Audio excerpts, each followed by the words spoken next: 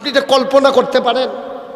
Police মানে তো আলাদা কোনো জাতি না, মানুষের মাঝ থেকেই একদল মানুষ। তোরা কেউ আমার ভাই, কেউ আপনার সন্তান, কেউ প্রতিবেশী, এভাবে নানানভাবে আল্লাহ তাবারক ওয়া তাআলা পুলিশদেরকে এই সমাজ থেকে বাছাই করেছেন। তো পুলিশেরও তো স্ত্রী আছে, সংসার আছে, সন্তান আছে। আমার ছেলেরা একটা দাবি নিয়ে যখন রাস্তায় নামলো, আর বাংলাদেশের পুলিশ চোখে চোখে তাকাইয়া, সে আবু সাইদ সিনা তাক করে দাঁড়িয়ে গেছে, পুলিশ দেইখা শুই না ঠান্ডা মাথা তার বুকের ভিতরে গুলি ছুটতে পারে। এবার চিন্তা করেন আমরা মানুষ কত নিকৃষ্ট জানোয়ারে পরিণত হয়েছি, ঠিক কিনা? আমরা মানুষ নাই তো, মানুষ আমরা নাই, আমরা জানোয়ার হয়ে গেছি। এই বাংলাদেশে 28শে অক্টোবর আপনার 2006 সালে আপনার ছেলেদেরকে লগি বৈঠার তাণ্ডবের নামে ঢাকার রাজপথে জলজন্ত যুবককে পিটাইয়া তাদেরকে লাশ বানিয়ে ফেলা হলো। Social media, electronics media, print মিডিয়ার সুবাদে আমরা দেখলাম সেই লাশের উপরে একদল হায়না, একদল মানুষ নামের কলঙ্ক লাশের উপরে নাচতেছে, ঠিক কিনা বলেন? আবার বলেন আমরা কি মানুষ আছি? আমরা মানুষ নাই। দেখতে চোখ আছে, মুখ আছে, কান আছে, হাত আছে, পা আছে, তো গরুরও তো চোখ আছে, ছাগলেরও তো কান আছে, সকল জন্তু জানোয়ারের হাত, পা, কান, নাক, চোখ, মুখ আছে, কিন্তু তারা মানুষ না। আমরা মানুষ কেন? আমরা মানুষ এই জন্য যে আমাদেরকে আল্লাহ মহামূল্যবান বিবেক দিয়েছেন। এই বিবেক আমরা কাজে লাগাবো বলেই মানুষ, আর যারা বিবেককে কাজে লাগাবে না ওরা জানোয়ারের চাইতে খারাপ। এটা মুশতাক ফয়েজির কথা না, এটা স্বয়ং আল্লাহর কথা, ঠিক কিনা বলেন? আল্লাহ বলছে কোরআনে ঢোকার আগে মারদুদ শয়তান থেকে ফানাহ চাই, যিনি রহমান, যিনি রাহিম, তার নামে চলো শুরু করি, সবাই পড়ি। আউযু বিল্লাহি মিনাশ শাইতানির রাজিম। বিসমিল্লাহির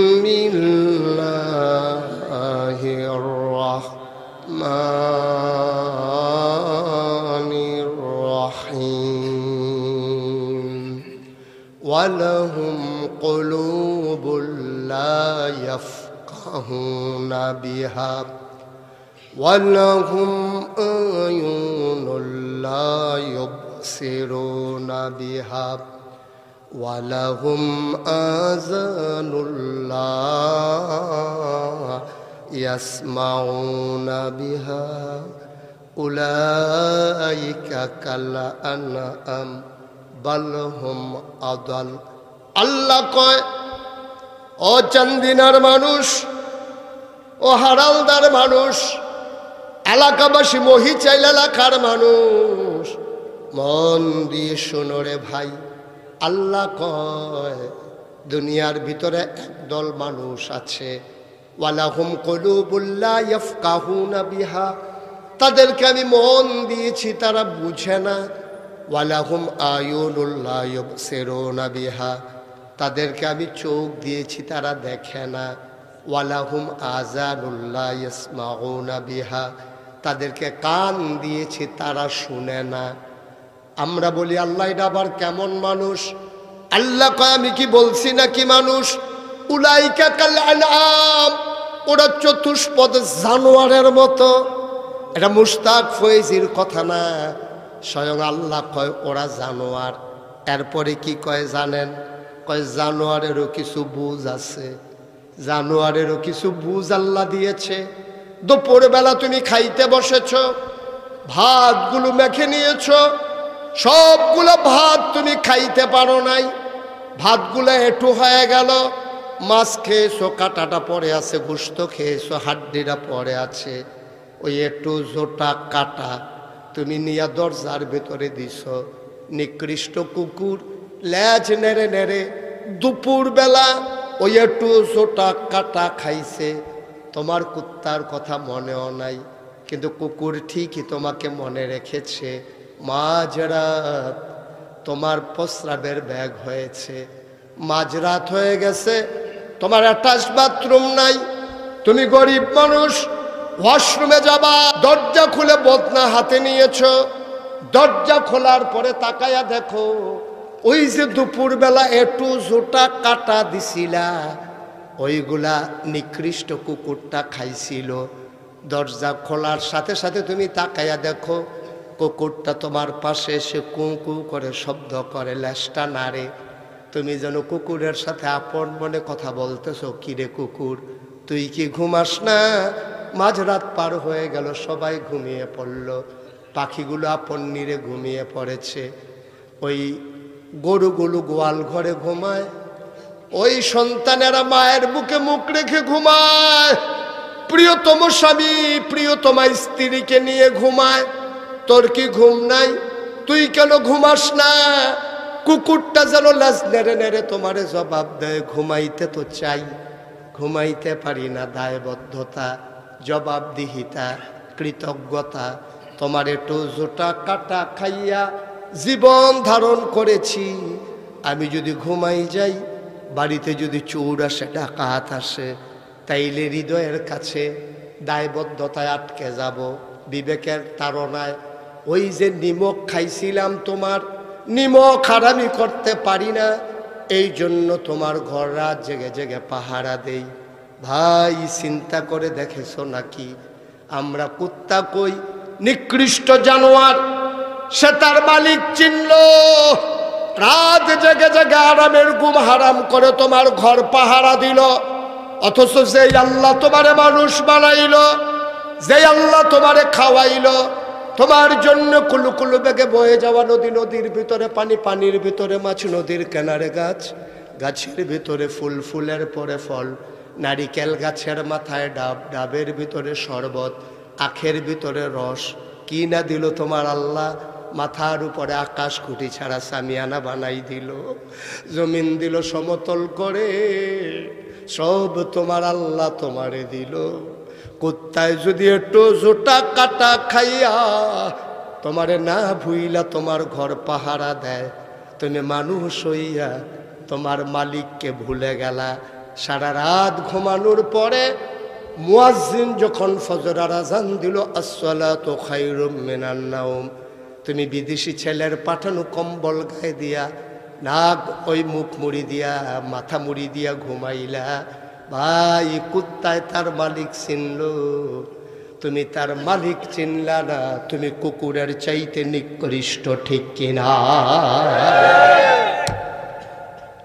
কুত্তা রাত জেগে জেগে ঘর পাহারা দেয়, আর আল্লাহ কয় ঘুমাও, নিশ্চিন্তে ঘুমাও, আজান পড়লে উঠে এসো, আমি আল্লাহর সাথে দেখা কইরা দিন শুরু কইরো। তুমি বিদেশি ছেলের পাঠানো কম্বল গায়ে দিয়া ঘুমাইলা, শীত ভালো পড়ছে বইলা, তুমি ফজরের আজান শুনলেও তুমি মসজিদে গেলা না, এই ডাক মুয়াজ্জিনের ছিল না, এই ডাক ছিল স্বয়ং আল্লাহর, ঠিক কিনা বলে? আল্লাহর দেওয়া নেয়ামত পাইলা, সব খাইলা, সব ভোগ করলা, আল্লাহরে চিনলা না। কুত্তায় তার মালিক চিনল, আমরা আমাদের মালিক চিনলাম না। আল্লাহ কয় উলাইকা কাল আনআম, ওরা চতুষ্পদ জানোয়ারের মতো। আমি কই আল্লাহ ওরা কি জানোয়ার? আল্লাহ কয় না রে না, বালুহুম আদাল, এটা জানোয়ারের চাইতে আরো নিকৃষ্ট, ঠিক কিনা? বাংলাদেশে এমন মানুষ আছে নাকি নাই? কথা কয় না, আছে নাকি নাই? ক্ষমতা দেয় কে? কথা কয় না, দেয় কে? ক্ষমতা নেয় কে? এই ক্ষমতা একবার পাইয়া তুমি 15টা বছর এইভাবে দেশের মানুষের উপরে নির্যাতন, আগের রাইতে ভোট, হ্যাঁ তুমি আমি দামির ভূত, কত কারবারের যে ভোট।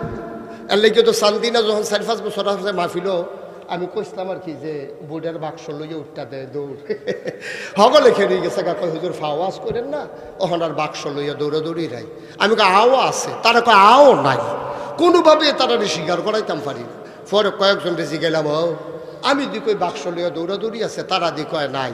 কয়েকজন মুরব্বী খেয়ে আইস দিয়া কয় হুজুর বাক্স লইয়া দৌড় দিব কিন্তু বুটে দৌড় বাক্স লইয়া দৌড় দিব বুট থাকলে না কারবার তো আগে এসে তার তুইটা দেখে কারবার করাইলিস নাউজুবিল্লাহ কয় না রে কি ঘুমাইলেছেন আপনারা তো এটা নিয়ে সামনে যে নির্বাচন হবে এটা এমনি নিয়ে নির্বাচন করবে নাউজুবিল্লাহ দয় না আজুরা কান নাউজুবিল্লাহ আওয়াজ দিয়া ফাড়াই দেবে আওয়াজ কারে গো হঠাই দেবেন লোকের তার আওয়াজ দিয়ে মার হাবা কয় না জোরে বলো মার হাবা আহারে বাংলাদেশ আহারে বাংলাদেশ আল্লাহ বুঝে জানতো আমরা যেই কারবার পড়াম এর লেগে আল্লাহ কইছে উলাইকা কালালাম ওরা চতুষ্পদ জানোয়ারের মতো আল্লাহ কয় না বলহুবাদাল এগুলা জানোয়ারের চাইতে আরো খারাপ ঠিক কিনা বলে কারবার দেখছে কারবার আহারে বাংলাদেশে ঠেড়া ফুটা যে আমরা মরি না কপাল বালা আমরা ঠিক কিনা কও আল্লাহ দেখা তাহলে আমরা কপালও ঠেড়া ফুটা মরণ ছাড়া আর কিচ্ছু আসিল না যেই কারবার আমরা করছি কোনো কারবার না ভদ্রতা নাই সভ্যতা নাই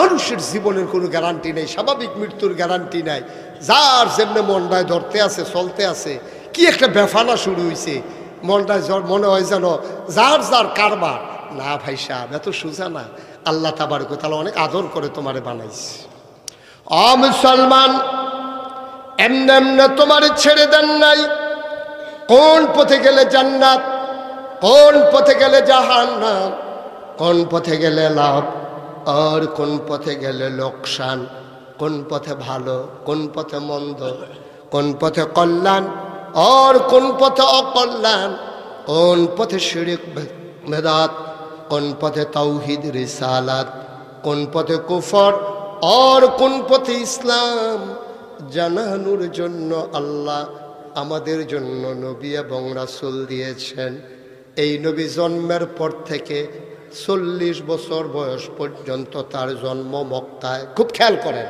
তার শৈশব মক্কায় তার কৈশোর মক্কায় তার তারুণ্য মক্কায় তার যৌবন মক্কায় বিবাহ করলেন মক্কায় নিজের বাড়ি মক্কায় শ্বশুর বাড়ি মক্কায় মেয়ে বিয়ে দিলেন মক্কায় লেনদেন করলেন মক্কায় মানুষের সেবা করলেন মক্কায় ব্যবসা করলেন মক্কায় তিনি থাকতে পারলেন না মক্কায় চলে যাওয়া লাগলো মদিনায় ঠিক কিনা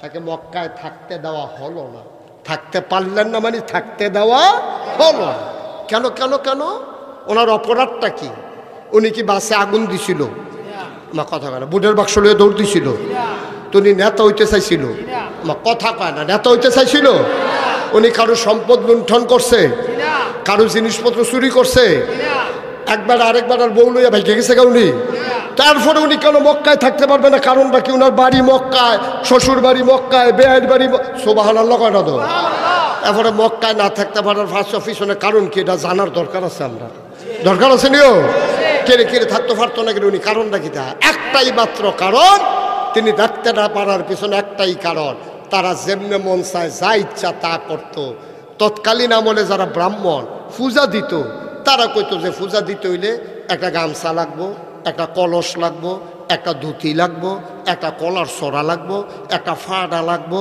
এরপরে গাইয়ের দুধ লাগবো মোটামুটি সপ্তাহখানেক চলনের লেগিয়া যা দরকার হ্যাঁ তার সব লাগবো তো পূজা টুজা দিয়া সেটা কইছে তো জান ফুস হয়ে গেছে তো এটি সপ্তাহে বাইক লইয়া পড়ছে তো বউয়ের ধুতি ফিন্দে লাইছে গামছাটা বড়তে ফিন্দা গোসল করে লাইছে কলা খাইতে আছে সুইটা সেটটা লইয়া দুধ খাইতে আছে জাল দিয়া তার মোটামুটি ফাড়াটা জব করলে তো হ্যাপলো তার ফ্রিজ আছিল না রৈদ দিয়াতে মাসখানেক গোস্ত রেখা খাইতে আছে এই কারবার চলতে আছে তার কারবার শেষ এখন নবী খেয়াল করে বললাম সিহন কথা এখন নবী যখন আইয়া কইছে এক আল্লাহ সুবহানাল্লাহ কোনটা কেন এখন এক আল্লাহর যদি হগলে মান্য লায় আর কেউ পূজা দিবনি আর কথা কয়টা পূজা দিবনি কেউ তো পূজা যদি না দেয় তো ধুতি পাইবনি গামছা পাইবনি দুধ পাইবনি ফাড়া পাইবনি তে ছাগলের আরে কি জানি কয় কলর ছড়ি পাইবনি তো দেখ গামছা পাইব তে জানে যে কলস মলস কিচ্ছু আর পাইতো না পানি খাইয়া টিউবওয়েলের মুখ লাগাইয়া আইয়া বাইতে হইতে তখন লাগবো কলস দেওয়ার পানি নেওয়া যেত না তে চিন্তা করলো মোহাম্মদের দেওয়া আল্লাহর বিধান আল্লাহর যদি মানুষ মান্য লায় তাহলে তো আর আমার কাছে কেউ হয়তো না। সুতরাং আমার পূজা চলো মুহাম্মদের ওই এক আল্লাহ লা ইলাহা ইল্লাল্লাহ মুহাম্মদুর রাসূলুল্লাহ, তার ওই ইসলামকে ঠেকাও। এখন যারা তৎকালীন আমলে ধর্মীয় নেতা ছিল সবাই মিললে ইসলামের বিরোধিতা শুরু করছে, ঠিক কিনা কও?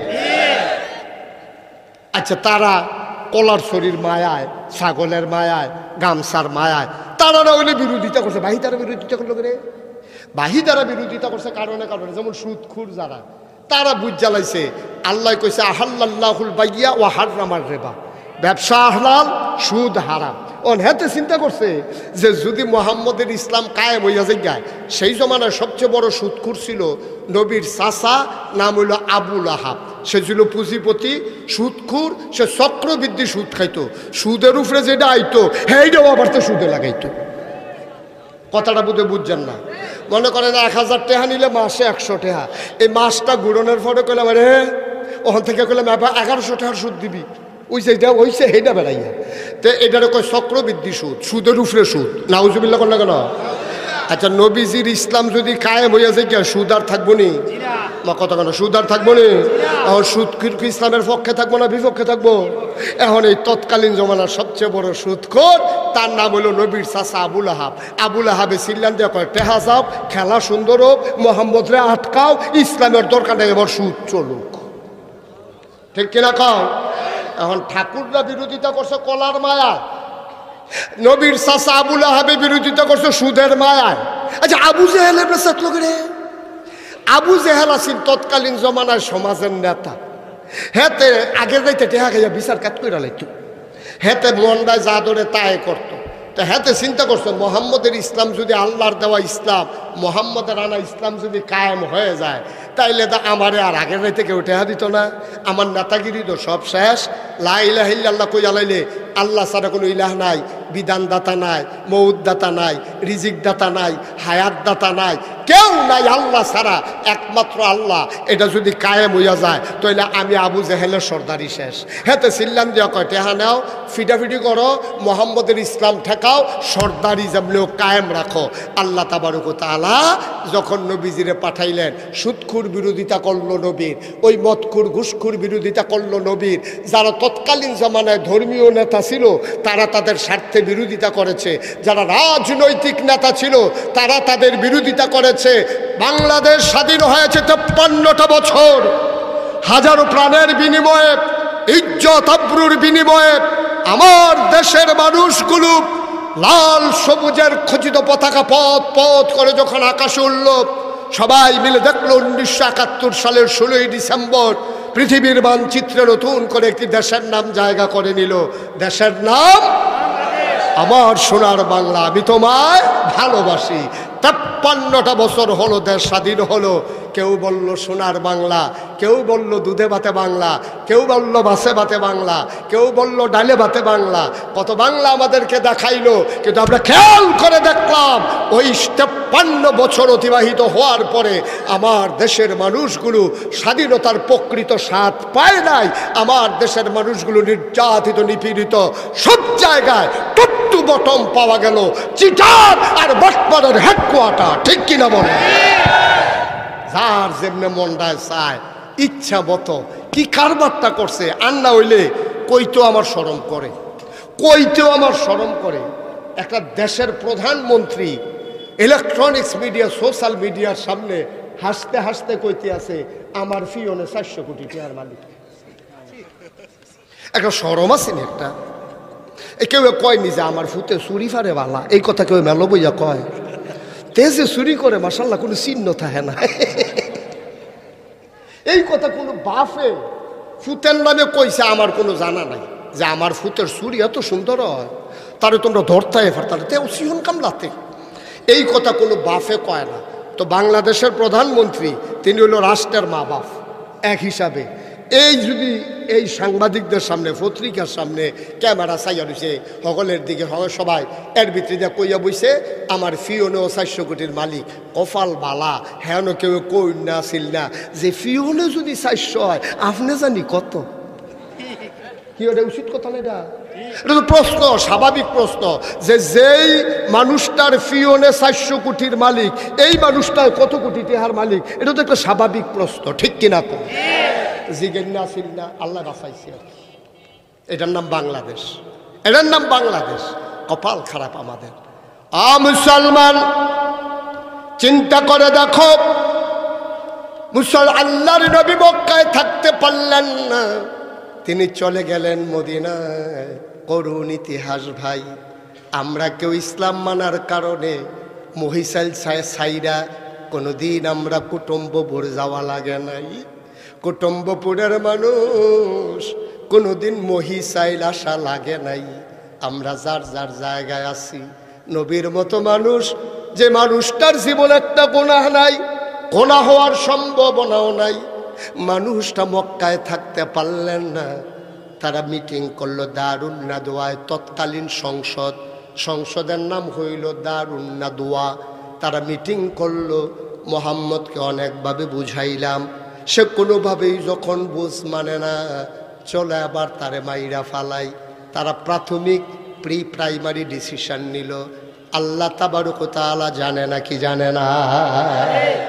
ও কাফেরারা গরম বইয়া বইয়া কি মিটিং করতেছে আল্লাহ জানেনিও নাকি? দরজা বন্ধ করে লাইলে আল্লাহ আর শুনে না? শুনে নিও। নবীজির ব্যাপারে যখন কাফেরারাই মিটিং করছে, আল্লাহ নবীজিরে ডাক দিয়ে কইছে, মোহাম্মদ আপনি একটু রেডি থাকেন, নবী আমার কোন সময় কোমাল্লা ডাকাইয়া পড়ে যায় কেমন লাগবো, আপনি একটু রেডি থাকেন। এই কথাটা নবীজি আবার নবীজির একেবারে ঘনিষ্ঠ সহচর হযরত আবু বকরের কইয়া রাখছে, আবু বকর এই আল্লাহ দি কয় কবে বিলে যায় কেমন লাগবো, তো আমি একলা একলা কেমনে যাই, তুমিও রেডি। সুবহানাল্লাহ কয় না? দাও না, ওই তোলা মাহফিল, ওই তোলা তো কি আর হুদ্দু দিয়ে ওই তোলা ওই রাদওয়ান ভাই কথা পেয়ে যাবো, দোয়া করে দেবে রে বাবা। তোরা বেটা একটা আওয়াজ নাই, সুবহানাল্লাহ কয় না? দাও জুড়ে কয় না তো সুবহানাল্লাহ? সবাই বলো মারহাবা। একটু আওয়াজ করো, আওয়াজ করো একটু। আরে ট্রাকের চাক্কাটাও তো ফুটানোর সময় একটা আওয়াজ করে ফুটো। তোরা কিতা ওইলি বেটা, মারহাবা বলো। তো নবীজিরে যখন ফেরেশতা জিবরে, কথা মনে আসেনিও, জিবরাইলে কইছে নবীজিরে, আর নবীজিয়ে কইছে আবু বকর সিদ্দিক রে, আবু বকর কোন দিন যা কেমন লাগে আমার এদিকে রেডি থাকতাম, তুমিও রেডি। আবু বকর আবার ছিল খুব বুদ্ধিমান। আবু বকর করছে কি, তার লগে লগে বাজারে গিয়া 2টা উট কিনা লাইছে। কি কিনা লাইছে? উট কিনা এক ইহুদির বাইত দিছে, তুই উটটিতে লালন পালন করবি, মাসে তোর এত টাকা দেওয়া হইব। উট সুন্দর করে হাতে মোটা তাজা করছে, দৌড় টোর শিহাইতে আছে। কইছে ভাই কি এর লেগে? কয় কি এর লেগে, তোর দরকার আছে, তুই টাকা পাইবি, উট ফালবি, তোর সমস্যা কিটা, তুই ফালতে থাক। এখন উটও ফালছে মাশাআল্লাহ। এর ভিতরে দিয়া নবীজি একদিন গেছে আবু বকর সিদ্দিক, সুবহানাল্লাহ কয় না? আবু বকর কইছে যে রেডি থাকো, এবারে বাইক গিয়া রেডি হইয়া বইয়া সকল লুঙ্গি টুঙ্গি ফিন্দা পাঞ্জাবি টাঞ্জাবি গাও দিয়া এবারে আর ঘুমায় না। এবারে প্রত্যেক দিন রাত রইলে দরজার ভিতরে হেলান দিয়া দাঁড়াই থাকে। ওনার ওয়াইফ ওনারা ডাক দিয়া কয়, আপনি হুতেন না খা, আইয়েন বিছনা তাইয়েন। না না না, নবীজি কইছে সুবহানাল্লাহ কয় না রে? নবীজি কইছে রেডি থাকতাম, আমি যদি বিছনা থইতা লাই আর ঘুমটা যদি গাড়া হইয়া যাই গায়, আর নবী যদি 2-3টা ডাক দেওয়ান লাগে, তইলে আমার কলজায় মানত না। আবু বকরের বিবি ডাক দিয়া কয়, আপনি তো অসুস্থ হয়ে যাবেন, আপনি দরজায় দাঁড়াইয়া মানুষ আবার ঘুমায় কেমনে, আপনি তো অসুস্থ হয়ে যাবেন, আসেন বিছানায় আসেন। আবু বকর সিদ্দিক ডাক দেয়া কয়, বিবি গো, আমি আবু বকর অসুস্থ হইলে সমস্যা নাই, কিন্তু আমার নবী একটা ডাকের বেশি 2টা ডাক দিলে আমার সমস্যা আছে। আমি আবু বকর সিদ্দিক, আমি যদি না ঘুমাই, আমি যদি অসুস্থ হয়ে যাই, কোনো সমস্যা নাই, কিন্তু আমার নবী 2 ডাক দিলে আমার কলিজায় মানবে না। মাঝরাত পার হয়ে গেল, নবী ঠিক ঠিক দরজায় এসে দাঁড়ালেন, টক টক করে নাড়া দিয়া আস্তে করে ডাক দিলেন আবু বকর। আবু বকর লাভ দিয়া দরজা খুলে দিয়া কয়, লাব্বাইকি ইয়া রাসূলুল্লাহ। আবু বকর তুই কি ঘুমাস না? এত আস্তে করে ডাক দিলাম, একটা মাত্র ডাক দিলাম, সজাগ হইলি কেমনে?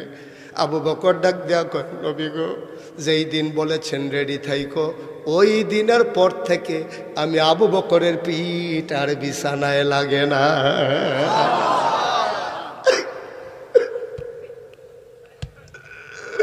আল্লাহ নবী ডাক দেয়া কয়, আসো আসো, আবু বকরকে ইয়া রাসূলুল্লাহ হে বাইতে আই গিয়া কইবা দেখি আপনি যেই দিন বলেছেন রেডি থাকবে, আমি দুইটা উট কিনা পালতে নিছিলাম, কারণ আপনি দুর্বল হয়ে যাবেন, এত লম্বা রাস্তা হাঁটতে পারবেন না, উটগুলা নিয়ে আসি। নবীজি কয়রাও নিয়ে আসো। এবার মক্কা থেকে মদিনা যেই দিকে, নবী ওই দিকে না গিয়া হাঁটা দিলেন উল্টা দিকে। আবু বকরকে ইয়া রাসূলুল্লাহ মদিনা তো ওই দিকে, আমি চিনি মদিনা কোন দিকে, ওই দিকে কাফেরেরা আমারে তালাশ করবে, এখন যাওয়া যাবে না, উল্টা দিকে গিয়ে আমরা কয়দিন লুকাই থাকবো। সুবহানাল্লাহ কয় না? কত বড় বুদ্ধিজীবী, কত বড় সমরবিদ, কত বড় তিনি যুদ্ধের ব্যাপারে কত জ্ঞান রাখেন, কত বড় কূটনৈতিক। আল্লাহর নবী মক্কার রাস্তায় গেলেন না, গেলেন মদিনার রাস্তায় গেলেন না, গেলেন উল্টা দিকে। যাওয়ার সময় অনেকক্ষণ হাঁটার পরে দেখে পূর্ব আকাশ ফর্সা হয়ে গেছে, সূর্য উঠতেছে, প্রায় ফকফকা হয়ে যাবে। আল্লাহর নবীর আবু বকর ডাক দেয়া কই, ইয়া রাসূলুল্লাহ আমরা তো এখন দিনের আলোতে ধরা পড়ে যাব, এখন কি করব? আল্লাহর নবী কয় চিন্তার দরকার নাই, তোমার এত টেনশন দরকার নাই, আল্লাহ আছে। আমি চিন্তা করে রেখেছি কি করব, চলো চলো পাহাড়ের কিনারে যাই। তিনি পাহাড়ের কিনারে গেলেন, গিয়া দেখে পাহাড়ের ভিতরে একটা গুহা। আল্লাহ নবী কই যে গুহা দেখা যায়, চলো গুহার ভিতরে লুকাই যাই, তাইলে ওরা আমাদেরকে খুঁজে পাবে না। আবার আবু বকর সিদ্দিককে নিয়ে নবী যখন গুহায় ঢুকতে গেলেন, এবার নবীজির সামনে আবু বকর দাঁড়াই গেলেন হাত ছড়াইয়া, ও ইয়া রাসূলুল্লাহ আপনি গুহায় ঢুকবেন না। সুবহানাল্লাহ বলবেন না? আপনি গুহায় ঢুকবেন না। কয় কেন গুহায় ঢুকবো না? কয়টা পাহাড়ি গুহা, বিষাক্ত সাপ থাকতে পারে, বিচ্ছু থাকতে পারে, আপনি ঢুকলে আপনারে সাপ কামড় দিতে পারে, আপনি একটু বাইরে দাঁড়ান, আমি একটু গুহার ভিতরটা দেখে আসি। আল্লাহর নবী চোখের পানি ছেড়ে দিলেন, বুকের সাথে জড়াইয়া ধরলেন, ডাক দেখো আবু বকর রে, ও আবু বকর, আমি গুহায় গেলে সাপ আমারে কামড়াবে, তোরে কামড়াবে না। তোরে যদি সাপ পায় তোরে কি ছেড়ে দেবে? কামড়াবে না তোরে। আবু বকর কান্দার কইল,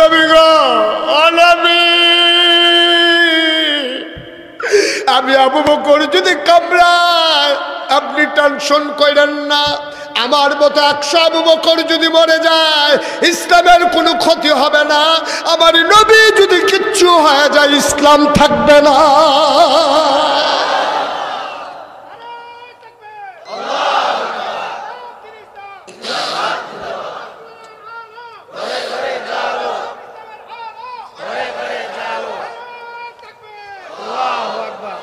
আমি মরে গেল আপত্তি নাই, আমি মরে যাই সমস্যা নাই, আপনার কিছু হয়ে গেলে ইসলাম সর্বনাশ হয়ে যাবে। আবু বকর ঠিক ঠিক ঢুকলেন, ঘুরে ঘুরে দেখে আসলেন, এরে বললেন মোস্ট ওয়েলকাম, আহলান সাহলান মারহাবা, মোস্ট ওয়েলকাম, আসুন গুহার ভিতরে আসুন, কোনো সমস্যা নাই। আল্লাহ নবী ঢুকলেন। এবার আল্লাহর নবী কয়, আবু বকর শরীরটা বড় দুর্বল লাগতেছে, ঘুম ঘুম ভাব, ঘুমানো দরকার। আবু বকর সিদ্দিক কয়, ইয়া রাসূলুল্লাহ আমি আসন পেতে বসি, আপনি কোলে মাথা রেখে শুয়ে পড়ুন, আপনি ঘুমিয়ে যান, এখন আমার ঘুমের চাহিদা নাই। সুবহানাল্লাহ।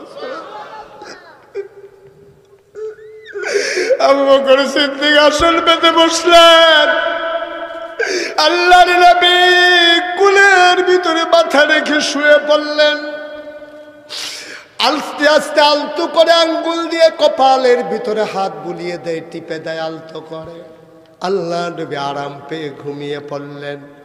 মুসলমান, আল্লাহর নবী যখন ঘুমিয়ে পড়লেন, এবার আবু বকর সিদ্দিক চতুর্দিকে তাকায়া দেখে ওই পুরাটা গুহার ভিতরে ছোট ছোট গর্ত দেখা যায়, গর্তের ভেতর থেকে সাপের জিহ্বা দেখা যায়, সাপের জিহ্বা লক লক করে।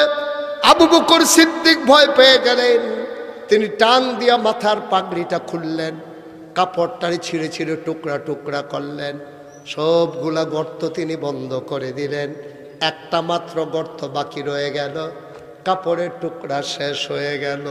সুবহানাল্লাহ বলবেন না? পাগড়ি দিয়া সবগুলা গর্ত বন্ধ করছে, কিন্তু গর্ত একটা বাকি, কাপড় আর না, কথা কয় না, কাপড় আর।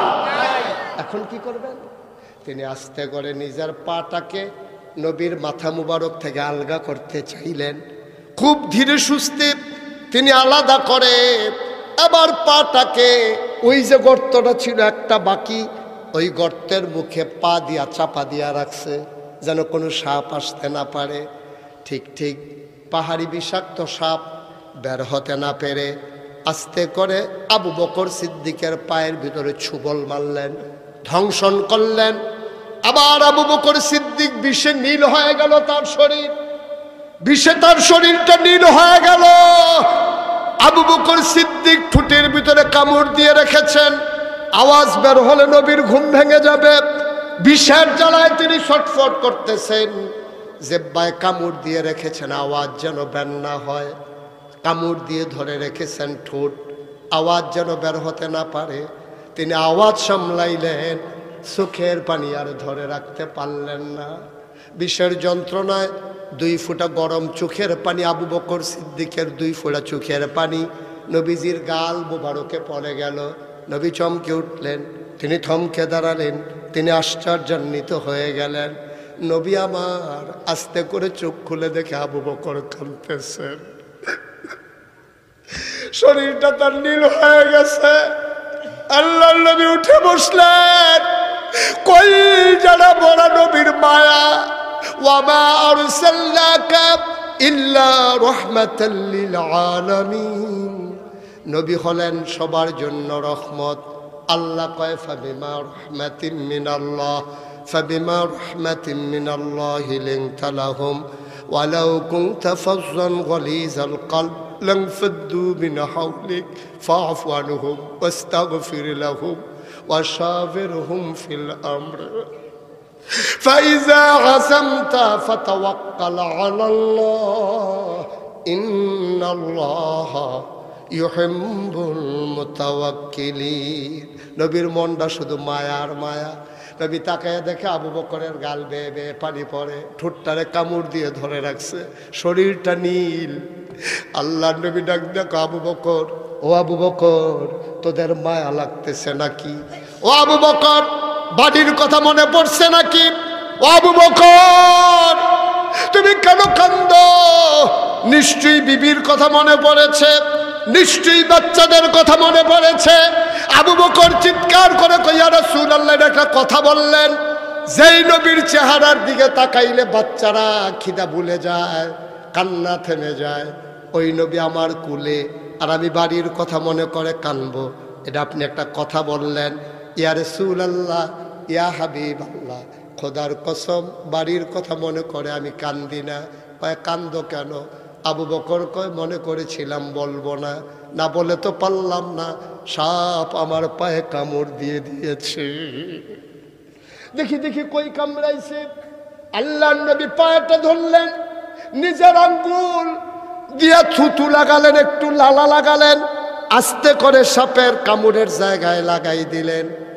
আবু বকর কয়, পৃথিবীর মানুষ সাক্ষী থাকো, খোদার কসম আমার পাটা আগে যেমন আরামে ছিল, নবীর লালা লাগানোর পরে সারাটা জীবন এর চাইতে বেশি আরামে ছিল। এটার নাম ইসলাম, এটার নাম ইসলাম। আল্লাহ যেন কবুল করে, সবাই পড়ে না আমিন। আজকে যেহেতু আমার মুরব্বী, এই এলাকার অভিভাবক রেদওয়ান ভাই, আমি মন থেকে মানুষটাকে পছন্দ করি, স্ট্রেট ফরওয়ার্ড। তিনি কথা যেটা বলেন সেটা কাজ করতে পছন্দ করেন। আমি চাই আল্লাহ তার এই গোলামকে দ্বীনের খাদেম হিসাবে কবুল করুক। আর সবচেয়ে বড় চাওয়া হলো 15 বছরে ওরা যা ভুল করেছে, আমার বিনয়ের সাথে মিনতি, ওনাকে অভিভাবক হিসাবে এটাকে এনশিওর করতে হবে।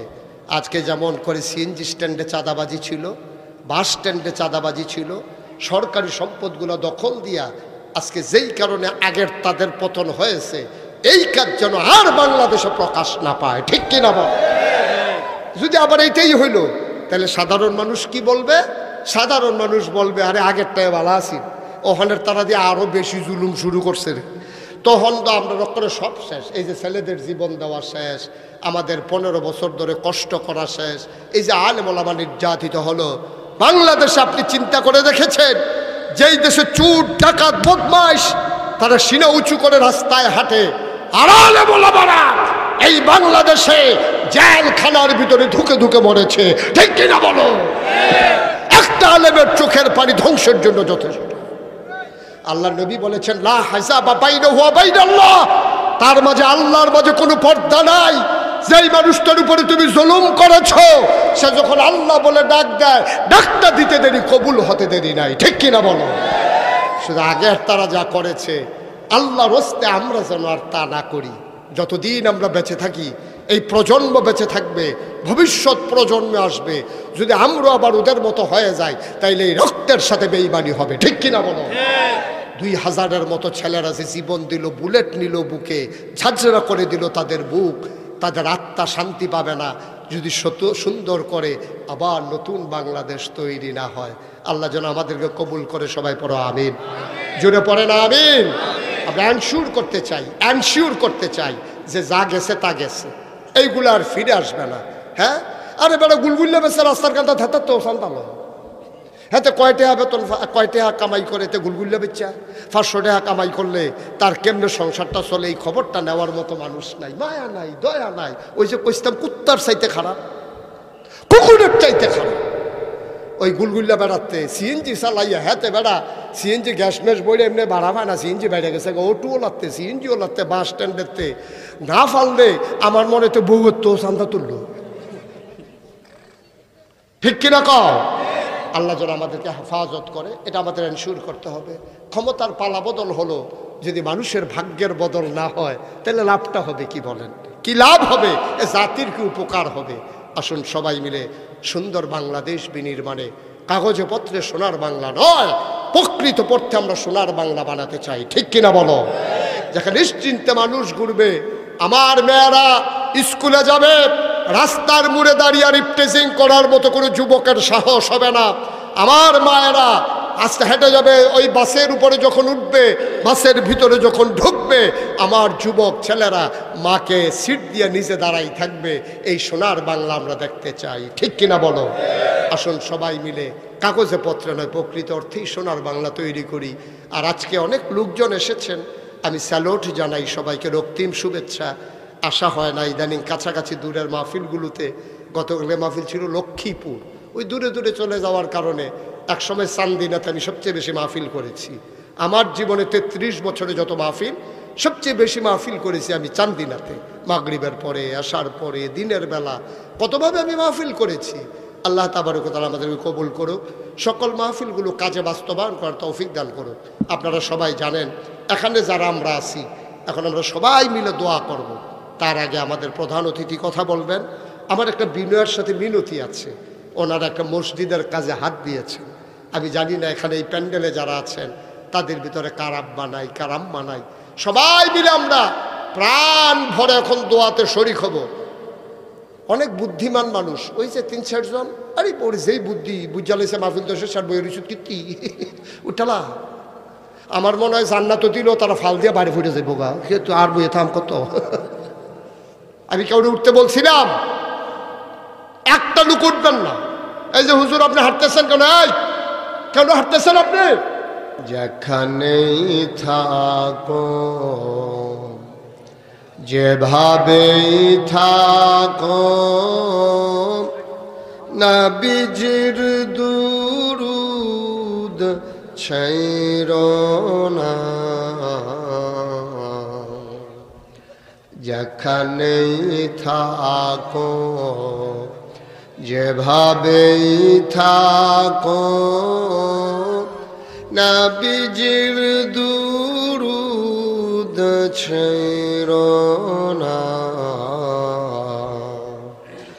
নবীজির দুরুদ না ছাড়িলে, নবীজির দরুদ না ছাড়িলে, নবীজি তোমায় ছাড়বে না আল্লাহুম্মা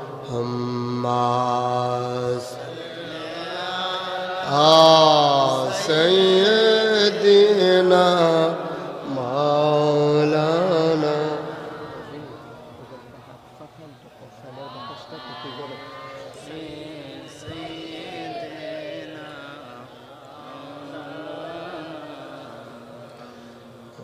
وعلى آل سيدنا مولانا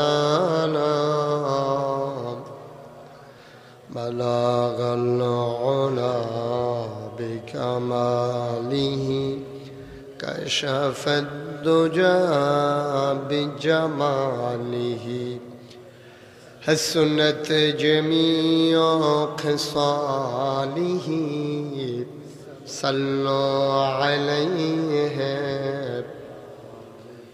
عشق محبوب خدا जिस दिल में हासिल नहीं लाखों मोमिन हो तो मगर ईमान में कामिल नहीं बलागल उला बिकमालिही कशफत दुजा बिजमालिही हसनत जमीअ खसालिही सल्लु अलैहि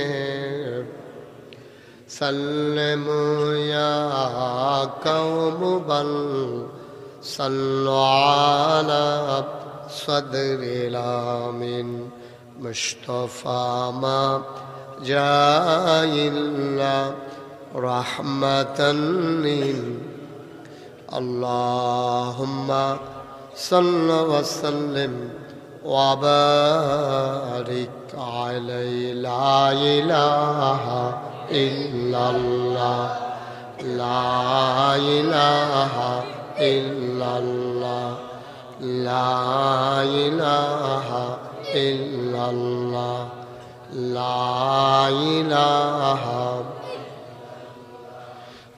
ला इलाहा इल्लल्लाह ला इलाहा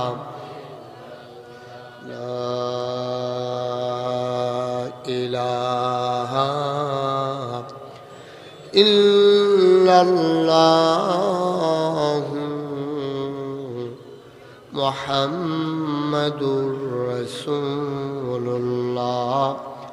सल्लल्लाहु अलैहि वसल्लम अल्लाहुम्मा सल्लि व सल्लिम व बारिक अलैहि সবাই পড়ি আলহামদুলিল্লাহ জোরে আর জোরে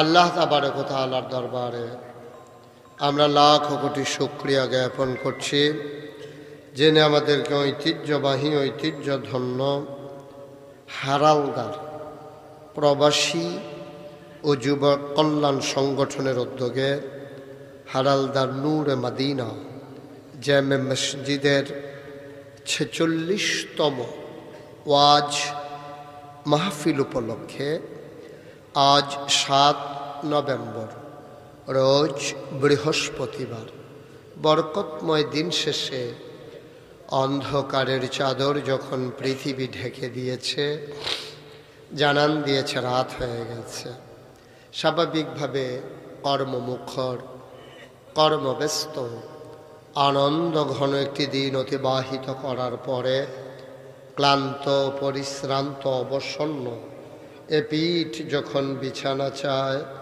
দু চোখ যখন ঘুম চায় এ দেহ যখন আরাম চায় সব কিছু হারাম করে দিয়ে সুজলা সুফলা সোনার বাংলাদেশের অজপাড়া গায়ে নিবৃত পল্লীতে ছায়া ঘেরা মায়া ভরা সুন্দর সুনিবিড় সুশৃঙ্খল পরিবেশে মাথার উপরে সামিয়ানা নিচে বসার জায়গা লাইটিং মাইকিং এর ব্যবস্থা করে এই এলাকার হাজার হাজার মানুষ থেকে যাচাই করে, বাছাই করে, করুণা করে, দয়া করে, মায়া করে, সকল প্রকারের ঝামেলা থেকে মুক্ত রেখে, অসুস্থতা থেকে সুস্থ রেখে, যিনি আমাদেরকে আসার বসার কিছু কথা শোনার সুযোগ করে দিলেন।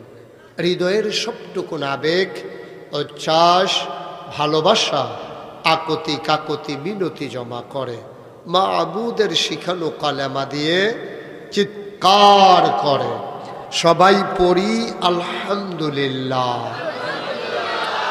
জনাব সাহেবে সদর, আজকের এই মাহফিলের জনাব সভাপতি আলহাজ তুফা ব্যাপারী সাহেব, আজকের প্রধান অতিথি সাবেক এমপি এবং মুক্তিযুদ্ধ বিষয়ক মন্ত্রণালয়ের প্রতিমন্ত্রী বীর মুক্তিযোদ্ধা ডক্টর রেদওয়ান আহমেদ। আজকে আমার পূর্বে কথা বলেছেন আমার আদরের ধন কলিজ টুকরা, মঞ্চ ময়দানে যার সাথে কথা হয় অবিরত মুফতি আনিস মাহমুদ সাহেব, আমন্ত্রিত আলোচক বৃন্দ, উপস্থিত হয়েছেন আমার আদরের ধন কলিজ আর টুকরা নাগাইশ দরবার শরীফের বিশিষ্ট খাদেম এবং চান্দিনা উপজেলার সম্মানিত প্রতিনিধি মোহাম্মদ হারুনুর রশিদ, উপস্থিত হয়েছেন নাগাইশ দরবারের বিশিষ্ট খাদেম আমার কলিজ আর টুকরা হজরত মৌলানা মফিজুল ইসলাম, উপস্থিত হয়েছেন বিশিষ্ট ব্যবসায়ী নাগাইশ দরবারের বিশিষ্ট খাদেম মোহাম্মদ আক্তার হুসাইন সহ উপস্থিত এই এলাকার বিভিন্ন মসজিদের ইমাম সাহেবান, ওলামায়ে কেরাম, মুরব্বিয়ানে আযাম, কলিজ আর টুকরা যুবকেরা, পর্দার আড়ালের মা ও বোনেরা, সবার প্রতি আমার আবারও আন্তরিক সশ্রদ্ধ সালাম। আসসালামু আলাইকুম ওয়া রাহমাতুল্লাহি ওয়া বারাকাতুহু।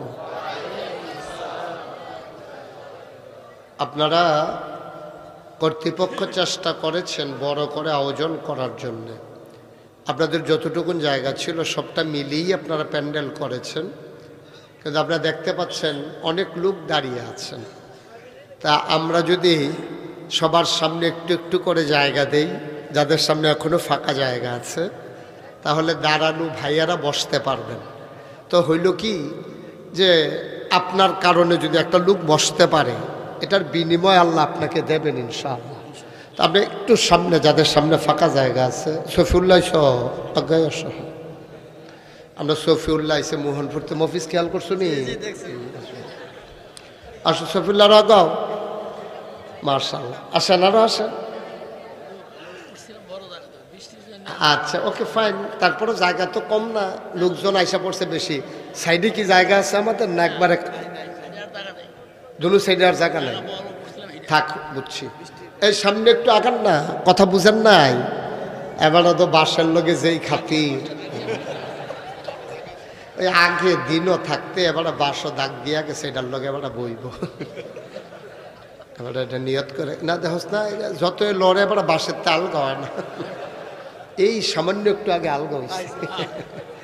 সাংঘাতিক বিষয়, বাসটাও কানতে আছে, এবারেও কানতে আছে, আলগা হয়েছে। যে আগে না, ছেলেরা আসো, সামনে আসো, একটু জায়গা দাও, সবার কথা বললো না কেউ। হ্যাঁ ছেলেরা বিরক্ত করবা না, একেবারে পিন পতন নিস্তব্ধতার মাঝে কথা হবে। তোমার মোবাইলটা বন্ধ করো, ছেলে এটা বন্ধ করো।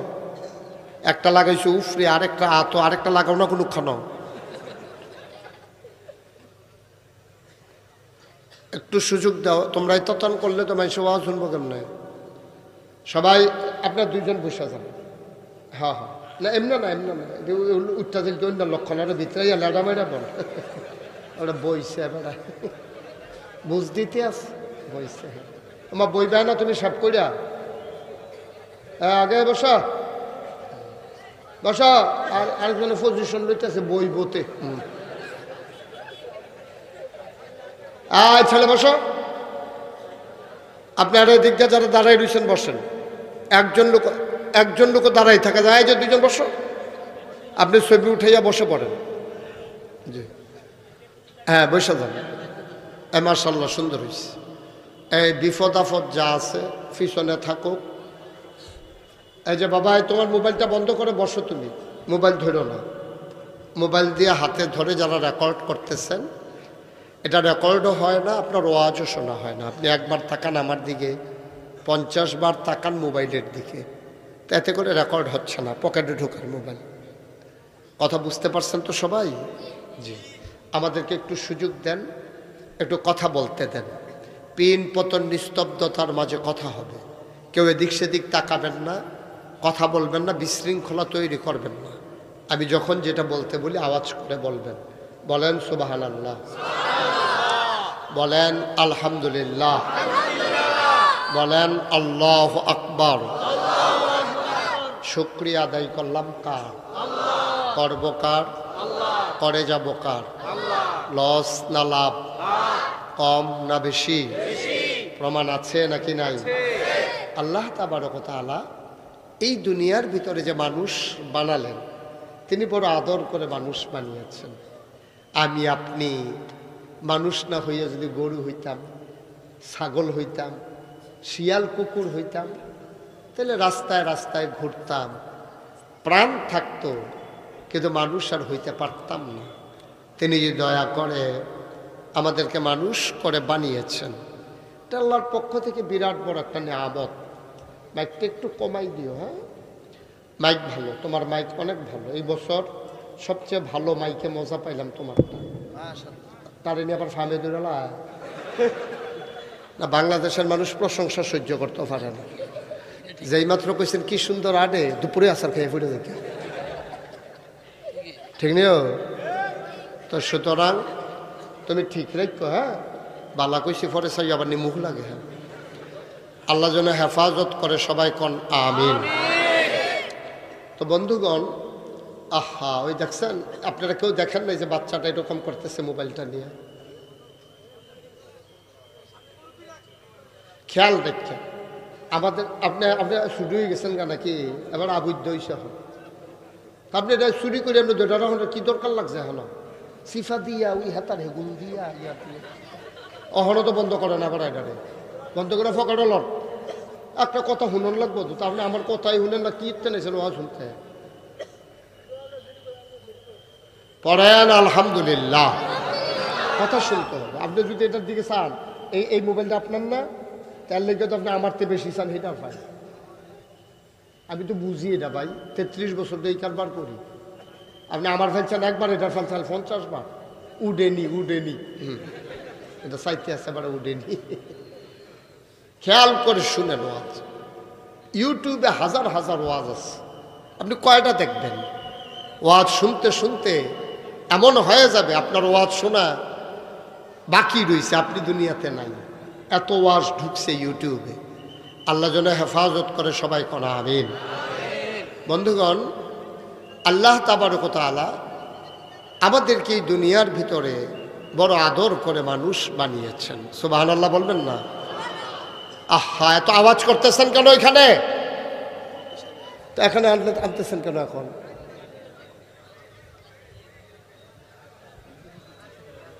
সবাই পড়েন আলহামদুলিল্লাহ। তো যেই কথাটুকুন বলতেছিলাম, আল্লাহ তাবারক ওয়া তাআলা আমাদেরকে এই দুনিয়ার ভিতরে বড় আদর করে মানুষ বানিয়েছেন। আফসুস কি জানেন? আল্লাহ তো আদর করে মানুষ বানাইলেন, আমরা হয়ে গেছিলাম পশুর মতো। ঠিক কিনা বলেন? আমরা হয়ে গেছি পশুর মতো।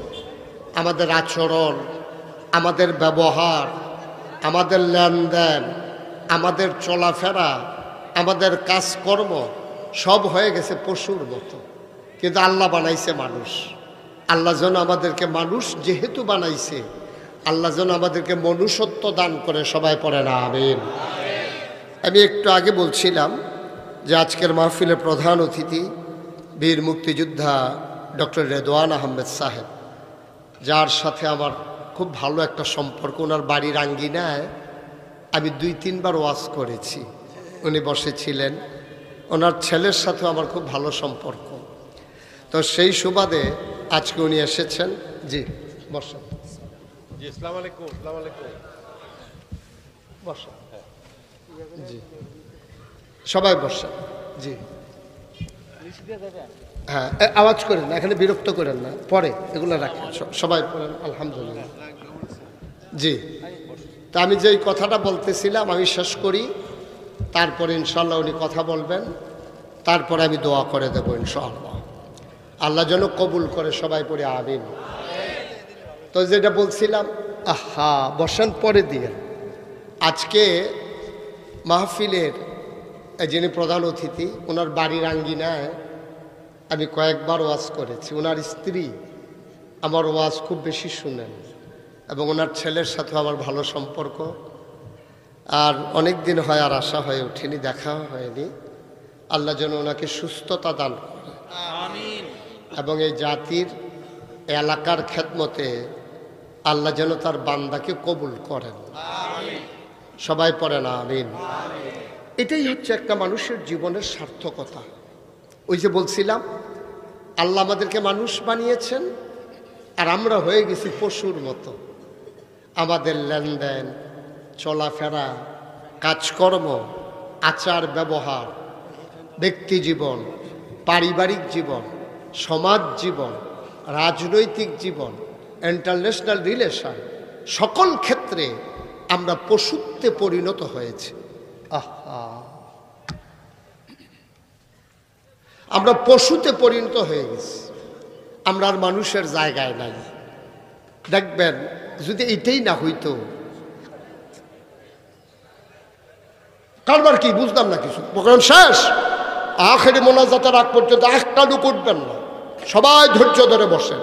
আমি যেটা বলছিলাম বিনয়ের সাথে মিনতি, এখানে যারা আছেন একটা লোকও এই মসজিদে শরিক না হয়ে যাবেন না ইনশাআল্লাহ।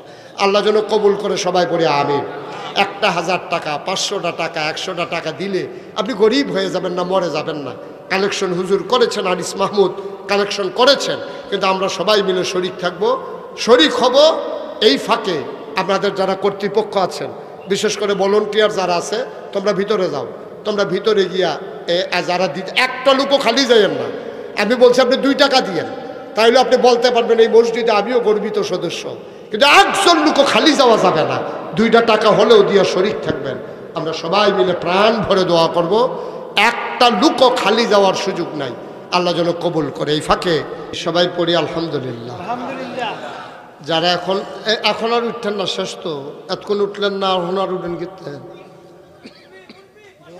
এখন বসেন, আমরা এখন দোয়া করে ফেলবো ইনশাআল্লাহ। সবাই আমরা নামাজের মতো করে বসেন। যারা দাঁড়িয়ে আছেন একটু বসেন, আমি এতক্ষণ কাউকে বসতে বলি নাই। এই যে আমার কলিজার টুকরারা, যুবকেরা সামনে আগে বসো, খালি জায়গা হয়েছে, হ্যাঁ বসেন। আমরা এখন দোয়া করবো ইনশাআল্লাহ। আমরা গুরুত্বপূর্ণ কথা শুনেছি, অনেক অজানা কথা আমরা জানতে পেরেছি বাস্তবতার আলোকে, যেটা উনি বাস্তব সাক্ষী। আমরা তো পরে পরে অনেক কিছু জানি, আর উনি এতক্ষণ যা বললেন ওনার জীবন থেকেই উনি বলেছেন। তা আমরা এখন সবাই মিলে দোয়া করব। কথা বুঝেন, এখন আর উঠেন কেন, বসো। এখন তো দোয়া হবে, আর কি সরছে তো। আমরা সবাই মিলে এখন যারা আছি, যেহেতু আমাদের সাবেক এমপি মহোদয় উনি 50,000 টাকা মসজিদে দিয়েছেন, বলেন মারহাবা। আল্লাহ যেন এই দানকে কবুল করে, সবাই পড়েন আমিন। আল্লাহর নবী বলেছেন, মাম বানা লিল্লাহি মসজিদান বানাল্লাহু লাহু বাইতান ফিল জান্নাহ। যে দুনিয়ায় মসজিদ বানাবে, আল্লাহ জান্নাতে তার জন্য ঘর বানাবে। সুবহানাল্লাহ বলবেন না? কত বড় কথা। তো কালেকশন তো হয়েছে আর আগে। তা আমি বলছিলাম যে নগদ আমরা এখানে যারা আছি 1000, 500, 100, 200, এই প্যান্ডেলটার ভিতরে কেউ আছেন যে হুজুর ইনশাল্লাহ আমি নগদ 1000 টাকা দিয়া আমি জান্নাতের ভিতরে একটা ঘর বানাইতে চাই, দেন নিয়ে আসেন। কি নাম? মজিবুর রহমান ভাই, উনি নগদ 1000 টাকা, সভাপতির হাতও দেন, সভাপতির হাতও দেন নগদ উনি। আহা বলতেছি এখন আর উঠেন না, এখন তো শেষ আর কি। আপনার নাম কি? মাশাআল্লাহ, সিরাজ মিয়া, হ্যাঁ সিরাজ মিয়া, উনি দিছে 3000।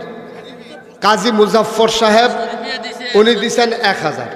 শরীফ দিছে 1000। এই যে কাজী সাহেবের টেহর হল, মারহাবা কর। আর কেউ আছে যে হুজুর আমি ইনশাল্লাহ 1,000 টাকা দিয়ে মসজিদে শরীক হতে চাই, আল্লাহ যেন জান্নাতে দয়া করে আমার একটা ঘর বানাই দেয়। আচ্ছা, একজন মহিলা 1,000 টাকা দিয়েছেন, আল্লাহ যেন কবুল করে, সবাই পড়েন আমিন। আর কেউ আছেন 1,500? সৌদি আরবে প্রবাসী মানে দেশের বাইরে থাকে। আচ্ছা, এই হ্যাঁ ফাইবেন, হ্যাঁ সৌদি আরবে কি নাম না, মোতালেব হোসেন, উনি দেবেন 5,000 টাকা। বলেন মারহাবা।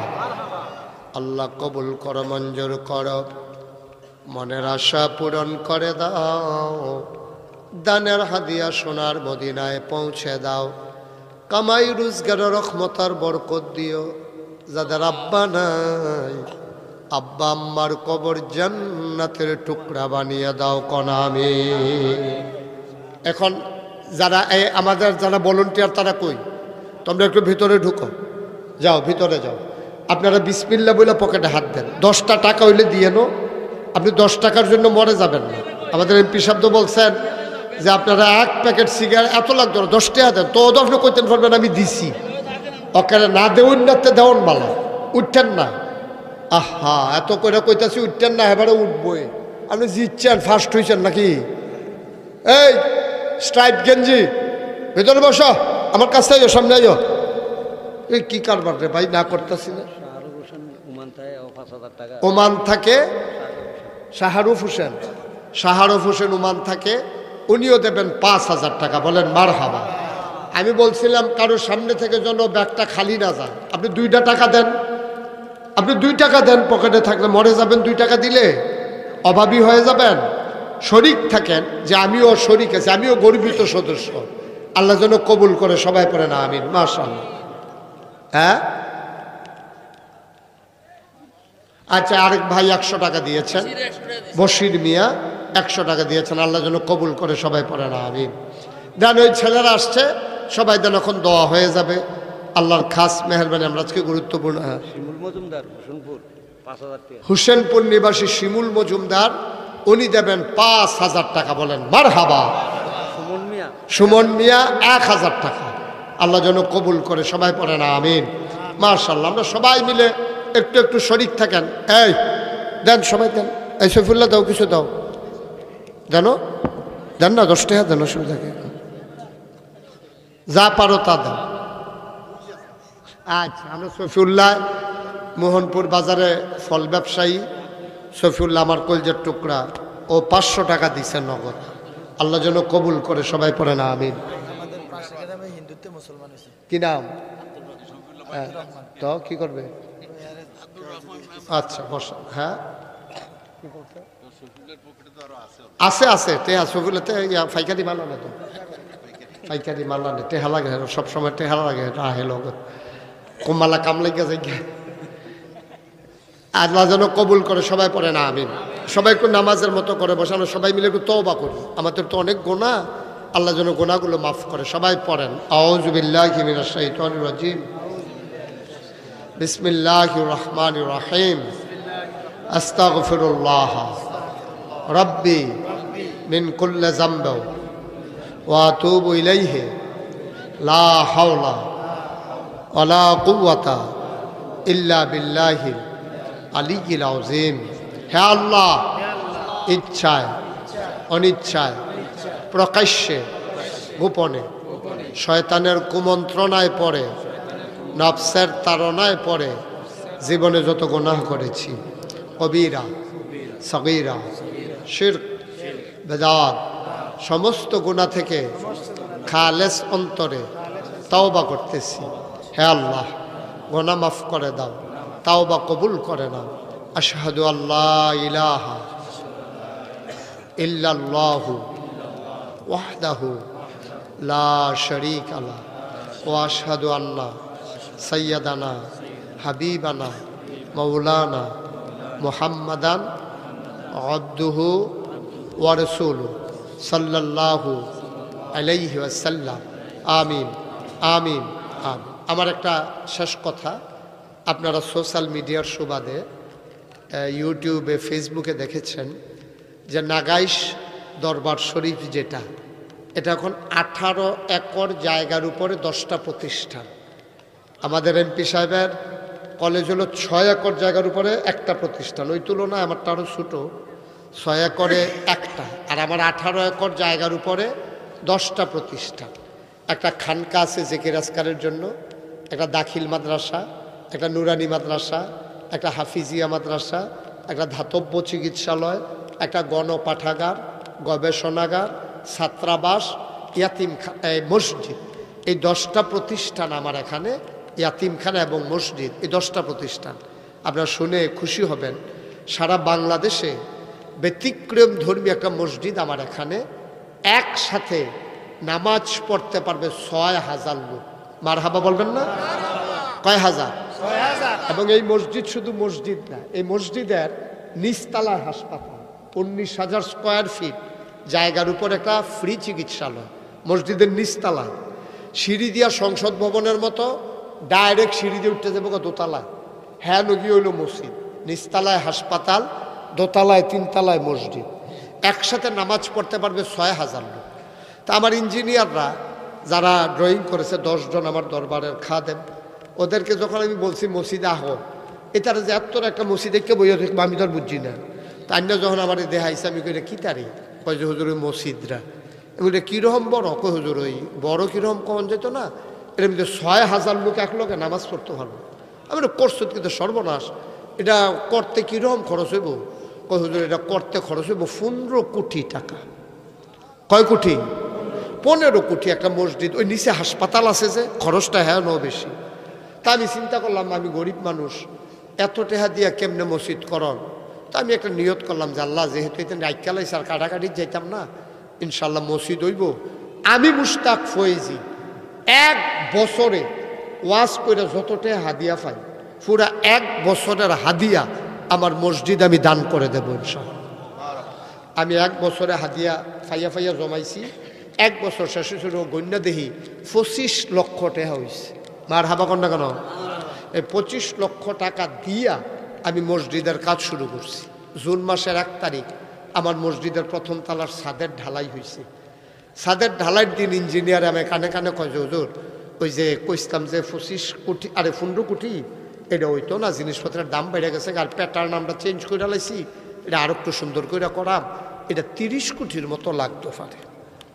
আমি কই বেড়া 15 কোটি সহ্য করতাম পারি না, তোরা 30 কোটি যা শুরু করছ। তো শেষ পর্যন্ত কাজ আগাইতে আছে। এই পর্যন্ত আজকে আপনাদের এখানে আসার আগে আমি একটু হিসাব নিয়ে বসছিলাম, এই পর্যন্ত খরচ করেছি 4 কোটি 10 লক্ষ সামথিং, 10 লক্ষ টাকার উপরে, 4 কোটি 10 লক্ষ টাকার উপরে খরচ হয়ে গেছে। একতলার সিঁড়ি হয়ে গেছে, একতলার ছাদ হয়ে গেছে, দোতলার কাজ শুরু, সুবহানাল্লাহ কইতেন না, দোতলার কাজ শুরু হয়েছে। ইনশাআল্লাহ সামান্য কিছুদিনের ব্যবধানে আমরা দোতলার ছাদের ঢালাই দেব। তো আগে তো আমি ভিডিও দাঁড়ায় দাঁড়ায় কানতাম যে আল্লাহ এত বড় মসজিদ কেমনে করাম। এখন মাহফিলতে গেলে রাইতে 2টা 2:30 সব ঘুমাই থাকে। আমি মসজিদটার কাছে না নামলে আমার ঘুমে ধরে না, একবার নাইম মাইটে উঠটা এরপরে গিয়ে সেটা ঘুমাই। তো মাঝে মাঝে ছাদও দাঁড়ায় দাঁড়ায় কান দিয়ে আল্লাহর লোকে কই, আল্লাহ তুমি যে কইলা যে দুনিয়াতে মসজিদ বানাইলে আল্লাহ জান্নাত ঘর বানাইব, আল্লাহ তুমি তো এটা তোমার বন্ধু নবীর ওয়াদা, তুমি আল্লাহ আমাদের জন্য যারা শরীক থাকি আমরা, যারা পারলাম, এই বাংলাদেশে কত মানুষ যে হগিন নিবেদি টেহা দিস, রিক্সাওয়ালা টেহা দিস। আমি যখন বাইরের দেশে ওয়াজ করতে যাই, ছেলেরা দৌড়াইয়া দৌড়াইয়া আমার আইসা টাকা দিয়া যায় আমার হাতে যে হুজুর মসজিদের খবর কি। আজকে আপনাদের এখানে আসার পরে 1 লোক 5000 টাকা নিয়ে আসছে, কি নাম মহিষেলের কবির, 1 লোক 5000 টাকা লইয়েছেন না, হুজুর প্রবাসী ওই যে শুনছে যে ইউটিউবে ও মসজিদের কথা, এবার 5 লক্ষ টাকা আমার মসজিদের জন্য, আরে 5000 টাকা আমার মসজিদের জন্য। মার হাবা কইতেন না? কত জায়গার টাকা যে এখানে আসছে আল্লাহ ছাড়া কেউ জানেন না, দেশে বিদেশে নানান জায়গা থেকে আল্লাহ দিয়েছেন। আপনারাও যদি কেউ মনে করেন আমাদের কুমিল্লার একটা গর্ব অহংকার, এই সুন্দর এই মসজিদ হবে, নিচতলায় গরিব অসহায় মানুষের জন্য হাসপাতাল হবে, ফ্রি চিকিৎসা হবে, আমিও 2টা টাকা দিয়ে শরীক থাকতে চাই, মোস্ট ওয়েলকাম, আহলান সাহলান মারহাবা, আপনাকে স্বাগতম, আপনি শরীক থাকতে পারেন। এই বাংলাদেশে এমন কোনো ফিন নাই যারা হাত ফাতে না, একমাত্র মুশতাক ফয়েজি কোনোদিন হাত পাইতা কারো কাছ থেকে একটা টাকাও নেয় নাই। মেহনত করে মুনি দিয়ে খাওয়ান না মানুষ, আমি কাম করে খাওয়ান না মানুষ, হগিন্নি বেটির টেয়া খাওয়ান না, রিক্সাওয়ালার টেয়া খাওয়ান না মানুষ আমি না। আমি করোনায় এই বাংলাদেশে কতভাবে কি করেছি আপনারা জেনেছেন। এই বন্যার সময় আমি কি করছি আপনারা জানেন। আমার ছেলেরা যারা আছো তোমরা একটু ভিতরে যাও, যদি কেউ দিতে চায় 500, 1000, 100, 10, 20, একজনও খালি যাইয়েন না, 10টা টে হইল দিয়েন, আল্লাহ দিব। আমি একটা কাম দৌড়ালাইছি, মানে আমার স্মরণ দিয়া লাভ কি, কামটা মাতাল করণ লাগতো না ইনশাল্লাহ। মাশাল্লাহ শফিউল্লাহ এতে আগে জানে, আমার খুব কলজার টুকরা, তো 1000 টাকা দিছে মসজিদ। মাশাল্লাহ, আল্লাহ যেন কবুল করে। সবাই জানো একজন লোকও খালি যাওন যেন 2 টাকা দেন। আপনারা মসজিদে ফরেও দিতেন পারবেন, নাগাইশের মসজিদে ফরে, আর আমি আইনা নাই কইটা না কই, আপনি দিবেন কেমনে? এর লেগে ওখানে 2 টাকা দিয়া যান। আমার মায়েরা বোনেরা যারা শুনতেছেন, যদি মনে করেন আপনি শরীক থাকতে চান, ওকে আপনিও কিছু দিয়ে শরীক থাকতে পারেন, আল্লাহ বরকত দেবে ইনশাআল্লাহ, আল্লাহ ঢাইলা দেবে, নিয়ে কুলাইতে পারবেন না ইনশাআল্লাহ। আমার এক ভাই কিনা, হ্যাঁ রিয়াদ, আমার কলিজার টুকরা যুবক, রিয়াদে দিছে 2000 টাকা। আমার আরেক ভাই কিনা নাসির ভাইয়ে, উঠছেন কেন, নাসির ভাই দিছে 500। আল্লাহ যেন কবুল করে, আমরা সবাই মিল্লা দোয়া করতে আছি। মহিউদ্দিন দিছে 1000, মাশাল্লাহ। আরেক ভাই দিছে কিছু, যারা পারেন দেন, না পারলে নাই, মাশাল্লাহ। আমার আরেক ভাই 1000 টাকা দিয়েছেন, আল্লাহ যেন কবুল করে, প্রাণ ভরে সবাই মিলে দোয়া কর, মাশাল্লাহ। আচ্ছা দেন দেন, মাশাল্লাহ দেন। এখন আমরা দোয়া করতেছি। আমাদের মাঝে আজকে গুরুত্বপূর্ণ আলোচনা করবেন আমার অত্যন্ত প্রিয় ভাই, যে মানুষটিকে আমি ভালোবাসি, আমার এই চান্দিনার অভিভাবক, বীর মুক্তিযোদ্ধা, সাবেক প্রতিমন্ত্রী, মুক্তিযুদ্ধ বিষয়ক মন্ত্রণালয়, জনাব ডক্টর রেদওয়ান আহমেদ সাহেব। কথা বলছেন ডক্টর রেদওয়ান আহমেদ। একটাই হলো, একটাই চলছে।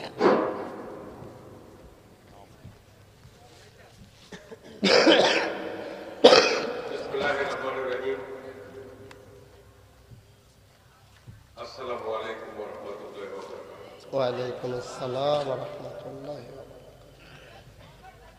আপনারা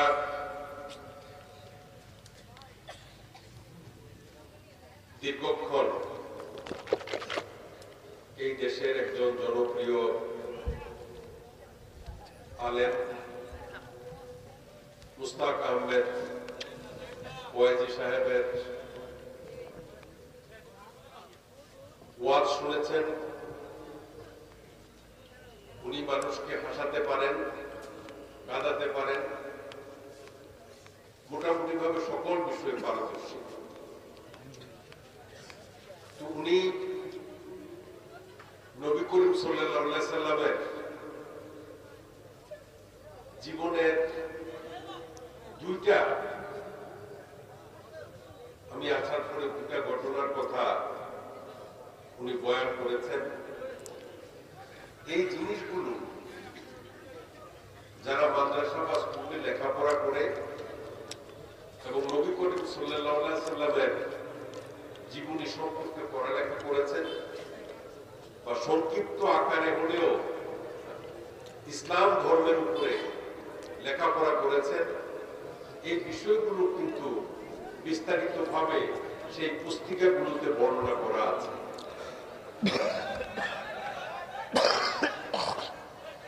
কি আমার কথা শুনতে চাচ্ছেন না বোধহয় অনেকে, নাকি?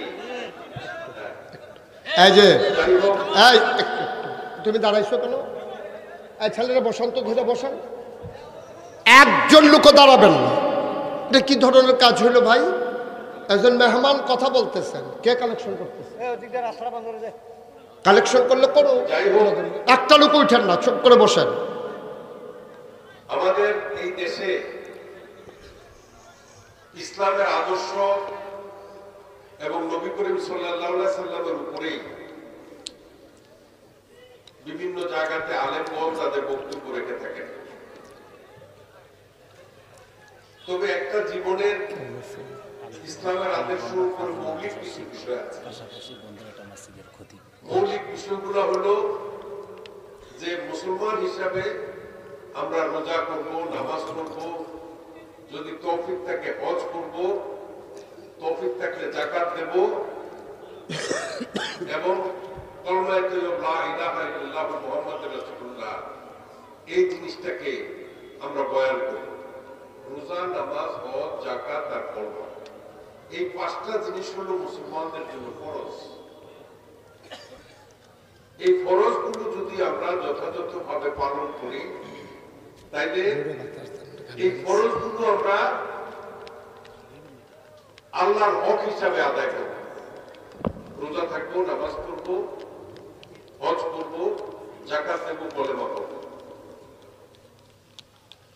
আর নবী করিম সাল্লাল্লাহু আলাইহি সাল্লামকে খুশি করার জন্য বা মুগ্ধ করার জন্য নবী করিম সাল্লাল্লাহু আলাইহি সাল্লামের প্রদর্শিত পথগুলা আমরা অনুসরণ করব এবং নবীর খুশির জন্য আমরা সুন্নত পালন করব। নবীর সুন্নত বলি না আমরা? আল্লাহ হলো ফরজের মালিক আর নবী করিম সাল্লাল্লাহু আলাইহি সাল্লাম সুন্নতের মালিক। আমরা যারা রাজনীতি করি, আমরা যারা মুসলমান, আমরা আমাদের ধর্ম সম্পর্কে আমাদেরও মোটামুটি ভাবে জ্ঞান আছে এবং আমরা চাইলেও ওনাদের মতো ধর্মীয় ভাবে ওরকম বয়ান করতে পারবো না, কিন্তু ইসলাম সম্পর্কে এবং নবী করিম সাল্লাল্লাহু আলাইহি সাল্লামের জীবন আদর্শ সম্পর্কে আমাদের মোটামুটি ভাবে জ্ঞান আছে। এবং তিনি যে বিষয়গুলো আপনাদের সামনে বর্ণনা করেছেন, মুসলমান হিসাবে আমরা যেই হকগুলো পালন করা উচিত আল্লাহ তাআলার কাছে, সেইগুলো আমরা যাতে যথাযথভাবে পালন করি, সেই জিনিসটাই ইনি বিভিন্ন দৃষ্টান্ত দিয়া বুঝাইতে চেষ্টা করেছেন। আমাদের 18,000 মাখলুকাতের মালিক হলো পরম আল্লাহ তাআলা। 18,000 মাখলুকাত, কেউ বলেন 28,000 মাখলুকাত, যেটাই হোক 18,000 মাখলুকাত মানে স্রষ্টার যত সৃষ্টি আছে সব কিছুর মালিক হলো আল্লাহ। তুই একটা কুকুরের বর্ণনা দিয়ে তার মালিকের প্রতি যে আনুগত্যটা তিনি প্রকাশ করতে চেষ্টা করেছেন, সেই রকম আনুগত্যটা আমরা আল্লাহর প্রতিও দেখাইতে হবে। এটাই হলো আমাদের ধর্মের মুসলমানদের মূল কথা। আমরা এক আল্লাহ, লা ইলাহা ইল্লাল্লাহু মুহাম্মাদুর রাসূলুল্লাহ, আল্লাহ এক এবং অদ্বিতীয়, আর নবী করিম সাল্লাল্লাহু আলাইহি সাল্লাম হচ্ছে আল্লাহর রাসূল। রাসূল আল্লাহর রাসূল। তো এই জিনিসটা আমরা স্মরণ রাখতে হবে এবং আল্লাহর সর্বশ্রেষ্ঠ, পৃথিবীর সর্বশ্রেষ্ঠ লোক হিসাবে নবী করিম সাল্লাল্লাহু আলাইহি সাল্লামকে আমরা বিশ্বাস করি, করি না? আমরা আল্লাহর ইবাদত করি এবং নবী করিম সাল্লাল্লাহু আলাইহি সাল্লামকে স্মরণ করি। কিন্তু আমাদের ধর্মের বাইরে পৃথিবীর অন্যান্য যারা বিভিন্ন ধর্ম পালন করে থাকে, সেগুলোর কোনো ধর্মের অস্তিত্ব নাই।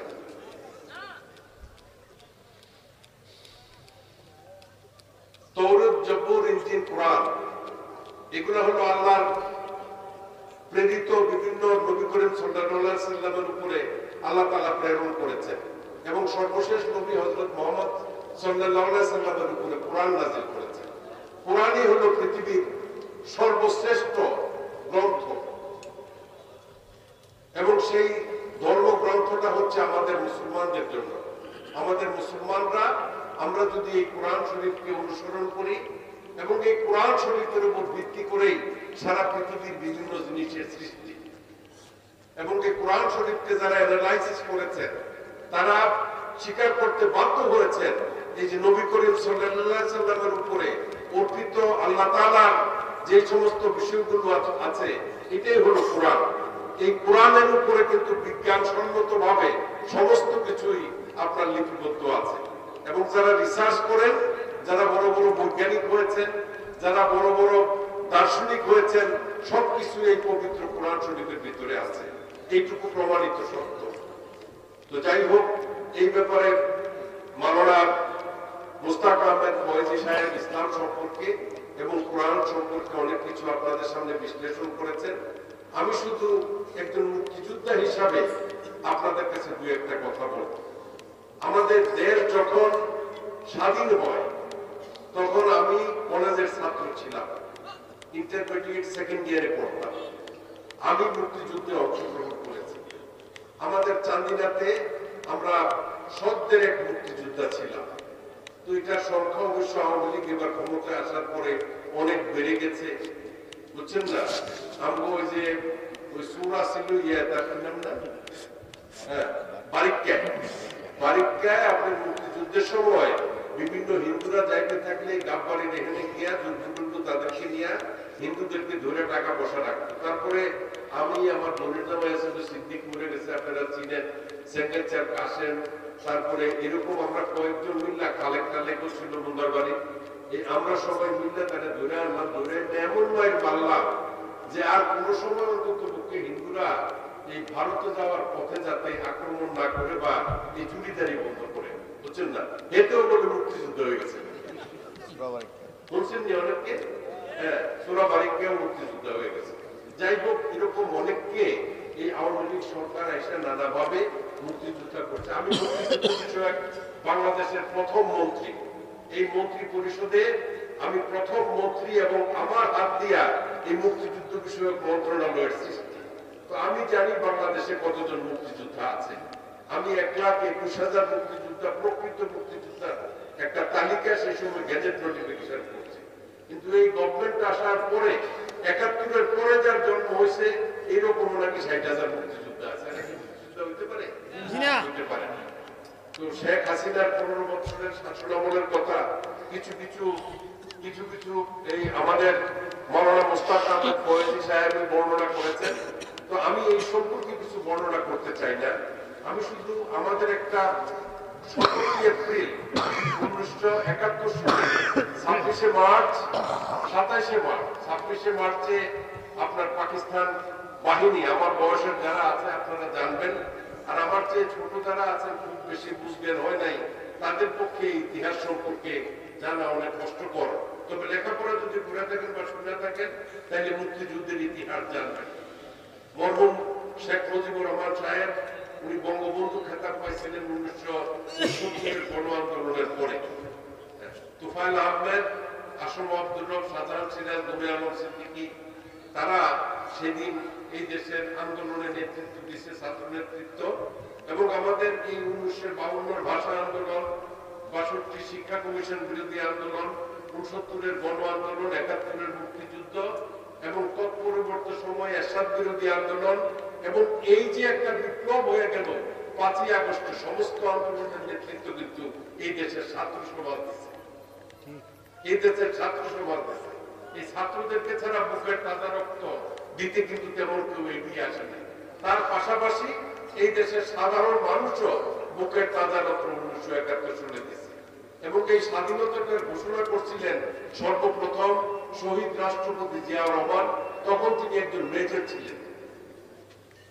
আমি আমার বাড়ির পাশে মনীন্দ্রনাথের বাড়ির পশ্চিম দিকে একটা পুকুর আছে, পুকুরের পশ্চিম পাশে কিছু গাছ গাউল আছে।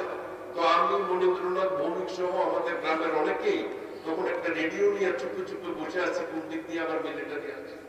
তো আমি প্রথম দিকেই জিয়াউর রহমানের প্রথম বক্তব্যটা শুনছিলাম। উনি বলছিলেন যে আমি মেজর জিয়া বলছি, এই দেশের সরকার প্রধান এবং রাষ্ট্রপ্রধান হিসেবে আমি সারা পৃথিবীর কাছে আমাদেরকে স্বাধীনতা ঘোষণা করছি এবং আমাদের এই রাষ্ট্রকে স্বীকৃতি দেওয়ার জন্য সবাই যাতে এগিয়ে আসেন সেই জন্য আহ্বান জানাচ্ছি। আমি ইংরেজি বললে অনেকেই বুঝবেন না, সেই জন্য বাংলায় বললাম। তখন আপনি সেই জায়গাতে অনেকে গিয়ে জিয়াউর রহমানকে বলল যে আপনি একজন সামান্য মেজর, আপনি দেশের সরকার প্রধান, রাষ্ট্রপ্রধান হিসাবে আপনি এই দেশের স্বাধীনতা ঘোষণা করলেন, এটা না করে এই দেশের সর্বজন নন্দিত তৎকালীন নেতা আপনি বঙ্গবন্ধু শেখ মুজিবুর রহমানের পক্ষে আপনি স্বাধীনতাটা ঘোষণা করেন। তখন জিয়াউর রহমান দেখলেন যে শেখ মুজিবুর রহমান তো এই দেশের একজন অবিসংবাদিত নেতা ছিলেন, যদিও তিনি স্বাধীনতার ঘোষণা করেন নাই, নিজে আত্মসমর্পণ করছেন, কিন্তু তারপরেও ওনার জনপ্রিয়তা এত ছিল, তখন তিনি বললেন যে আমি বঙ্গবন্ধু শেখ মুজিবুর রহমানের পক্ষে আমি এই দেশের স্বাধীনতা ঘোষণা করছি এবং আমি এই দেশের কমান্ডার ইন চিফ, এই যে আর্মির প্রধান হিসেবে ঘোষণা করছি।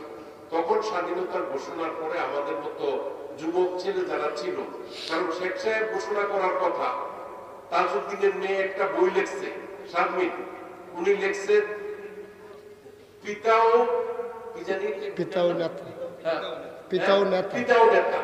পিতাও নেতার ওই বইয়ের মধ্যে তিনি লিখছেন যে এই তখনকার যে মন্ত্রী পরিষদ ছিল তার মধ্যে তাজউদ্দিন ওনার অত্যন্ত ঘনিষ্ঠ ছিলেন, কারণ উনি ছিলেন প্রেসিডেন্ট আর শেখ মুজিব ছিল প্রেসিডেন্ট, তাজউদ্দিন ছিল জেনারেল সেক্রেটারি। তখন উনি গিয়ে বললেন যে আপনি তো থাকবেন না, আপনি আত্মসমর্পণ করতে চান, তবে আপনি স্বাধীনতার ঘোষণাটা দিয়ে দেন, আমি রেকর্ড করি মানুষকে শোনাবো। উনি বলল যে আমি স্বাধীনতার ঘোষণা করব, তুমি আমরা মারতে চাও, আমি আত্মসমর্পণ করব, তোমরা যে যেখানে পারো পলে যাও। এই কথাটা কিন্তু গত 15 বছরে অনেকেই বলতে সাহস পায় নাই। তবে আমি আমার বক্তৃতায় 1978-77 সনে আমি যখন চান্দিনায় আসছি, তখন সমস্ত জায়গাতে এই বিষয়গুলো চান্দিনার মানুষের কাছে বর্ণনা করেছি যে শেখ মুজিবুর রহমান সাহেব 75 সনে শাহাদাত বরণ করেন। কি কারণে শাহাদাত বরণ করছিলেন সেই বিষয়টাও আপনাদের অনেকের কাছে বিভিন্ন সভাতে আমি বর্ণনা করেছি। আমাদের দেশ যখন 26শে মার্চে স্বাধীনতার ঘোষণা হয়, তারপর থেকে আমরা মুক্তিযুদ্ধে অংশগ্রহণ করি। এপ্রিল মাসের 17 তারিখ পর্যন্ত, তখন 71 সনের পরবর্তী সময় 26শে মার্চের পরে এপ্রিল মাসের 17 তারিখের পূর্ব পর্যন্ত এই দেশে তৎকালীন কোন সরকার ছিল না। 17 এপ্রিলে ভারত থেকে একটা প্রবাসী সরকারের ঘোষণা হয় এবং তারা মেহেরপুর মুজিবনগরে আসা তখন আপনার শপথ গ্রহণ করে। তো এই 26শে মার্চের পর থেকে 17 এপ্রিল পর্যন্ত সরকার ছিল কে? এখন আমরা যদি দাবি করি যে 26শে মার্চ থেকে 17 এপ্রিলের মধ্যবর্তী সময়টাতে জিয়াউর রহমান সাহেব ছিলেন এই দেশের সরকার প্রধান, তাই কি ভুল হবে? ভুল হবে না, কারণ তখন কোন সরকার ছিল না। তখন শেখ মুজিবুর রহমানকে প্রবাসী সরকারের প্রধান করে সৈয়দ নজরুল ইসলাম তখন অস্থায়ী রাষ্ট্রপতি হিসাবে এবং তাজউদ্দিন আহমেদ দেশের প্রধানমন্ত্রী হিসাবে শপথ গ্রহণ করেন এবং সেই সময় একটা ঘোষণা দিয়েছিলেন যে আমাদের দেশ হবে সাম্য, মানবিক মর্যাদা এবং সামাজিক ন্যায় বিচার। আপনারা যদি খেয়াল করেন, সাম্য, আমরা যেরকম সবাই একসাথে দাঁড়াইয়া নামাজ পড়ি, একে অপরের সমান, এই কথা কিন্তু সেই দিন আমাদের ঘোষণাপত্রে আছে। সাম্য, তারপরে মানবিক মর্যাদা।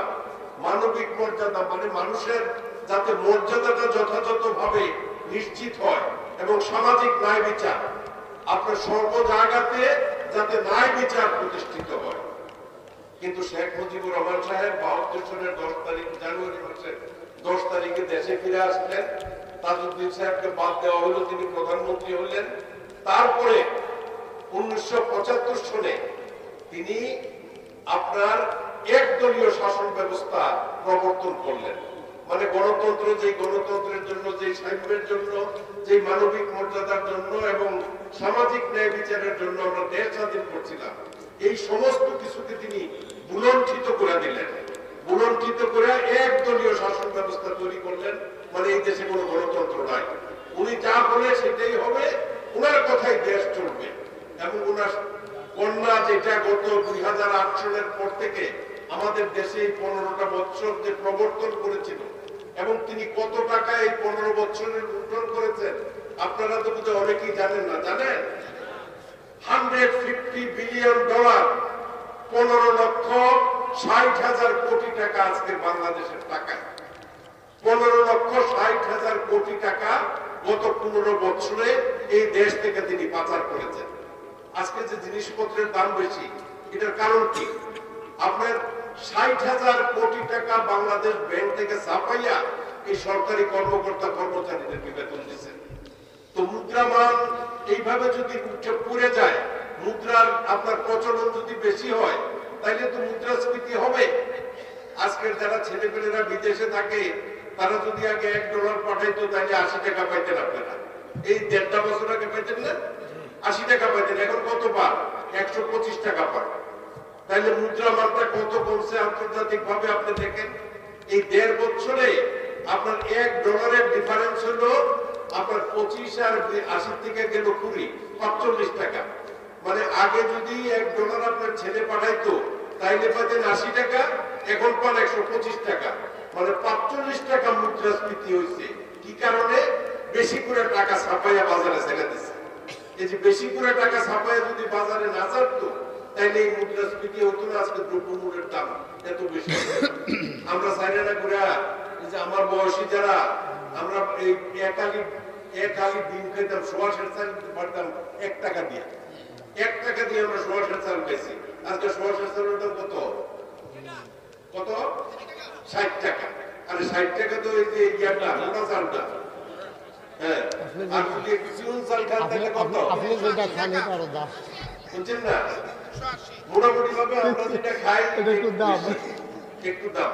মোটারা খাইয়ে তো অভ্যাস ছোটবেলায় আছে, কিন্তু আস্তে আস্তে বড় হলে শহরে গিয়ে টাকা পয়সা জন্য একটু বেশি কামাই করি, তখন ওই সিউন চালটা খাই, এটার দাম আরো অনেক বেশি। বুঝছেন? এই জন্য মুদ্রাস্ফীতি হয়েছে, দ্রব্যমূল্যের দাম বাড়ছে। দ্রব্যমূল্যের দাম যে বৃদ্ধি হয়েছে এটা হাসিনার সময় হয় নাই, হাসিনার সময় হয়েছে।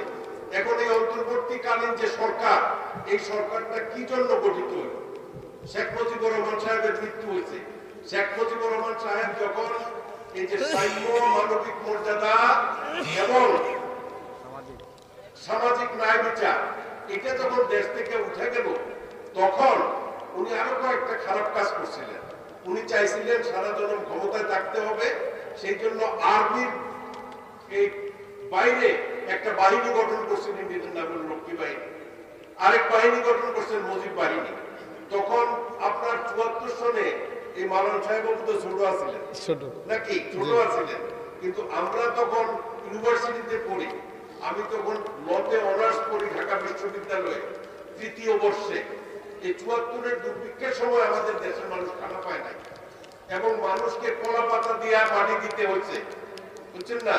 ওই ব্যাপার হিসাব জানবে বা আমাদের বয়সী যারা আছে তখন সেই দুর্ভিক্ষের কথা জানে। আর শেখ সাহেব ওনার 2 পুনারে বিয়া করাইছে হীরার মুকুট মাথার দিয়া, জামাল কামাল দেয়। তখন সারা দেশের মানুষ ক্ষুব্ধ শেখ মুজিবুর রহমানের উপরে, এবং শেখ মুজিবুর রহমানের এই সমস্ত একদলীয় শাসন ব্যবস্থার প্রবর্তন, গণতন্ত্রকে হত্যা, সামাজিক মর্যাদা, মানবাধিকার এবং সাম্যের কথা যখন তিনি ভুলে গিয়া নিজে ক্ষমতায় থাকার জন্য একদল করলেন, তখন আর্মির কিছু অফিসার গিয়ে ওনাকে হত্যা করলেন। এবং আমার মনে আছে যে তখন মানুষ কিন্তু কেউ চোখের পানি ফালায় নাই, সব মিষ্টির দোকান খালি হয়ে গেছিল। ওই সময়ের বয়স্ক যারা তারা জানবেন মিষ্টির দোকান খালি হয়ে গেছে। এইবার শেখ হাসিনা তো পুনরায় ফলায় বাঁচছে, ফলায় বাঁচছে না? আমরা গণভবন ঘেরাও করছিল, বাস্তবায়ন হইলে তার কারণটা কি? এই দেশের মানুষ উপলব্ধি করছে যে মানুষের উপরে যে অত্যাচার, আয়না ঘরের ভিতরে রেখে যেভাবে অত্যাচার করছে, আলেমদেরকে যেভাবে অত্যাচার করছে, হেফাজতে ইসলামের সমাবেশে যেইভাবে আলেমদেরকে মাইরা বিভিন্ন জায়গায় স্তূপ দিয়া মাইরা ফেলছে, পানিতে বাসায় দিচ্ছে, বুঝছেন না? এই সমস্ত কারণে সারা জাতি বিক্ষুব্ধ ছিল এবং আমরা দীর্ঘ 15টা বৎসর লড়াই করছি, দীর্ঘ 15টা বৎসর তাদের বিরুদ্ধে আন্দোলন করছি। এবং আপনাদের খেয়াল আছে, আমি রেদওয়ান আহমেদ কলেজ প্রতিষ্ঠা করছি। এই রেদওয়ান আহমেদ কলেজ করার আগে 22-3 মিটার বিল্ডিং বানাইছি। আমার তো টাকা পয়সা ছিল, আমার বউ থেকে সোনা গয়না বিক্রি করে তৎকালীন সময়ে 2 লাখ টাকা দিয়া আপনার 5 ঘন্টা খেতে ছিল জমির দাম 5 ঘন্টা না 5,000 টাকা ছিল ঘন্টা, 5,000 টাকা ছিল ঘন্টা। আমি এই চান্দিনায় যে জমি কিনা 6 একর জায়গার উপরে রেদওয়ান আহমেদ কলেজে দিচ্ছি, এরকম হলে দুনিয়াটা আমি কিনে ভরে নিতাম ভাবলাম নইলে, কিন্তু ওটা না করে আমি রেদওয়ান আহমেদ কলেজ করছি, মুক্তিযোদ্ধা কলেজ করছি, জিয়াউর রহমান কলেজ করছি, যুবতা মমতাজ গার্লস স্কুল করছি, কুটুমপুরে হাই স্কুল করছি, সব জায়গায় সম্পত্তি যতগুলো আমি চান্দিনা থানায় রসুলপুরে হাই স্কুল করছি, দোল্লাই নবাবপুরে গার্লস হাই স্কুল করছি, বরকটে হাই স্কুল করছি, চিনুরা অম্বরপুরে হাই স্কুল করছি, এই চান্দিনাতে মাদ্রাসা বানাইছি। এটা এখন কামাল মাদ্রাসা আমার বাগিনা মনিরে বানাইছিল, আপনারা এতিম মনির হিসাবে তাকে চিনতেন না? এগুলো কিন্তু সব আমার প্রতিষ্ঠা। এই মানুষকে লেখাপড়ার দ্বার উন্মুক্ত করার জন্য ইসলামিক লাইনে এবং আমার বিভিন্ন এই কলেজ বিশ্ববিদ্যালয়গুলোতেও ইসলাম পড়ার কিন্তু বিধান আছে। অনেকেই পড়েন, অনেকেই পড়েন না, যে যা পড়তে চায় সেটাই পড়ে।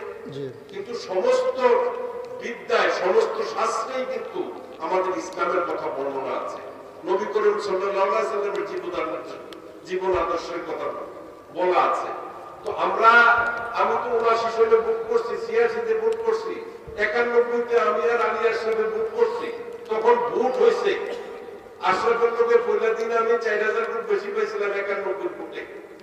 তারপরে আপনার এই ফুটের পার্থক্য কমে আসছে, আমি মাত্র 366 ফুটে সেই 91 সনে এমপিসি বেশি পাইয়া, তখন মানুষ ভোট দিতে পারছে।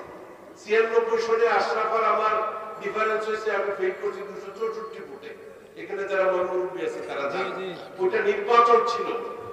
কিন্তু আবার 2001-এ আমি এমপি হয়েছি, মন্ত্রী হয়েছি, আমি আশরাফের সাথে আমার প্রতিদ্বন্দ্বিতা করছি। কিন্তু শেখ হাসিনার সরকার আসার পরে একটা ভোট হয়েছে দেশে, মাওলানা সাহেব যে করলো ওই যে বাক্সটি লয়ে জায়গা, তো আরেক লোক কইতেছে বাক্স তো নেওয়ার লাগে না, রাতকে ভরে না, 18 সনে ভরে গেছে না রাতকে, ভোট যদি হইতো এরপরে 24 সনে কি লাগাইলো, এটা আনুপাতিক হিসাব করলে তো 0.000000 100টা শূন্য দিলে 1 ভাগ হয় না। 7.5 কোটি মানুষের মধ্যে 1,21,000, এটার কোনো আনুপাতিক হিসাব আছে? এই হিসাবে আমরা চাকরি দেন বা বাল বাচ্চারা ওই হিসাবে চাকরি দেন। উনি না শতকরা 30 ভাগই মুক্তিযোদ্ধাদের সন্তানদেরকে চাকরি দিতে হবে। আরে বাবা, প্রকৃত মুক্তিযোদ্ধাদেরকে তুমি তালিকা বানাও নাই। মুক্তিযোদ্ধা হলো 1,21,000, তুমি বানাই লাইছো 4 লাখ। তোমার মন্ত্রী পরিষদে ভুয়া মুক্তিযোদ্ধা, তোমার সচিবরা ভুয়া মুক্তিযোদ্ধা, এইগুলাকে তুমি চাকরি দিবা। সেই কারণে ছেলেদের সাথে এই গোয়ার তুমি কইরা 2000-এর উপরে ছেলে পেলে মাইরা যাচ্ছে। 40,000-এর মতো মানুষ বিভিন্ন জায়গায় নির্বিচারে গুলি করে হত্যা করছে। এই যে মাওলানা সাহেব বললেন যে কি কইরা আপনার এই যে আবু সাইদের মতো একটা ছেলে বুক পাইটা দাঁড়াইছে আর একটা পুলিশ তার বুকের ভিতরে গুলি করে দিছে, এটা কি মানুষ মানুষকে করতে পারে? এইটা শেখ হাসিনার আদেশ ক্রমে এই ছেলে মেয়েদেরকে হত্যা করা হয়েছে। সেই কারণে আজকে সে দেশ ছেড়ে বাইঙ্গা তার শ্বশুরের পিছনে লেগেছে।